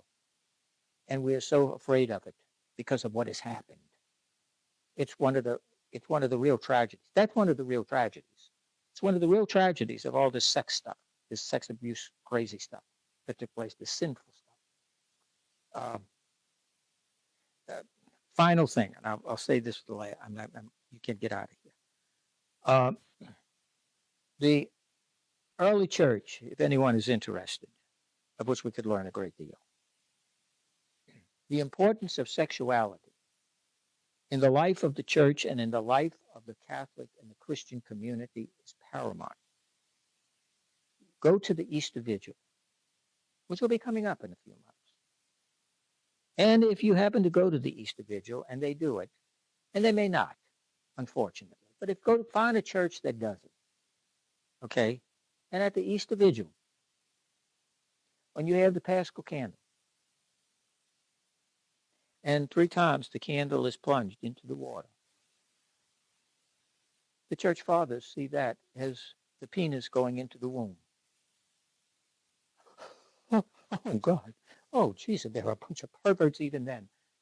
No, the perverts are people who don't get it, you see, because they understood that the plunging of the penis, the candle, into the water was the symbol of death, dying to the old self, dying to the old sinful self. And what happened? It's raised up. It comes out of the life-giving waters to new life.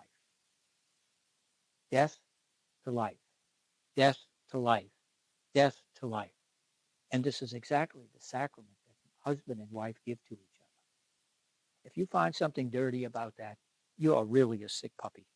Okay, you're really twisted. I'm sorry, you're twisted. Don't blame the symbols and don't blame the theology or the spirituality. You need deep help. You need deep help. It's one of the most powerful things. The number one factor in bringing husbands back to the church is the wife. Second, the children. Most important factor in bringing women back to the church, hold on, husband, children, and a very, very significant component of increasing marital harmony and bringing husband and wife together is that the wife has a confidential spiritual direction relationship with the priest. Huh? Oh, no, no, no. Sorry. You don't like it? You're in a big minority. Why a priest? Because contrary to public opinion and contrary to all the trash that goes on television and anti-Catholicism stuff, gotta censor myself, stuff that goes on, the priest is viewed upon as safe. As safe. In other words, he's not going to try to jump your wife. Okay? That's the bottom line. She can go to him and talk and believe that it's going to stay there. She can get that kind of feedback, etc. And you know, that's why women want celibate priests. And you know who else wants it? Husbands. Husbands want it. Husbands are very glad and very supportive of their wife going to a priest, because of that close ability to connect. And I'm talking about a good priest. I'm not talking about some wacko, stuff like that. I'm talking about a priest that you can trust and so on and so forth like that. It's a very significant thing. See? And we've just squandered that away. We have bought into the propaganda and all that stuff out there. Why? Because we don't need to listen to married couples. We don't really need to listen to them. Again, treat yourself, okay, if you have nothing else to do, and look up NORC, read the studies on the Catholic imagination as it relates to family life, especially between children, young people, husband and wife, and family life. Understand this is sociological data. It's the most extensive data done on Catholicism. Most extensive data done on Catholicism. It's sociological data. It doesn't advocate. It doesn't tell you what to do. It doesn't do any of that. It tells you what the data is. And you do what you want with it. See, you do what you want. But this is what it is. And you can find out where you are in the mainstream, or have you been gaslighted by all this stuff that goes on around us. So read it. Very insightful. I wish priests would read it. But anyway, so let's end. That's enough of me. But what I'd ask you to do for next time, please, is to look at Aristotle. Substance, accident, potency, act, essence, existence, those things. And get a handle on that. And I'll go into that in detail and contrast that with the Christian and with with Plato. And we'll do that for next time. Okay? Thank you for your patience. Let's end, please. In the name of the Father, Son, and Holy Spirit, amen. Almighty and gracious God, I offer you glory, praise, and thanksgiving for your gift of this evening and the time together. Please come, Holy Spirit, come. Enlighten our minds, strengthen our wills, expand our heart to your truth and your word. Please grant us, O Holy Spirit, your presence as we return home. May we do so safely. And if it be your will, Almighty God,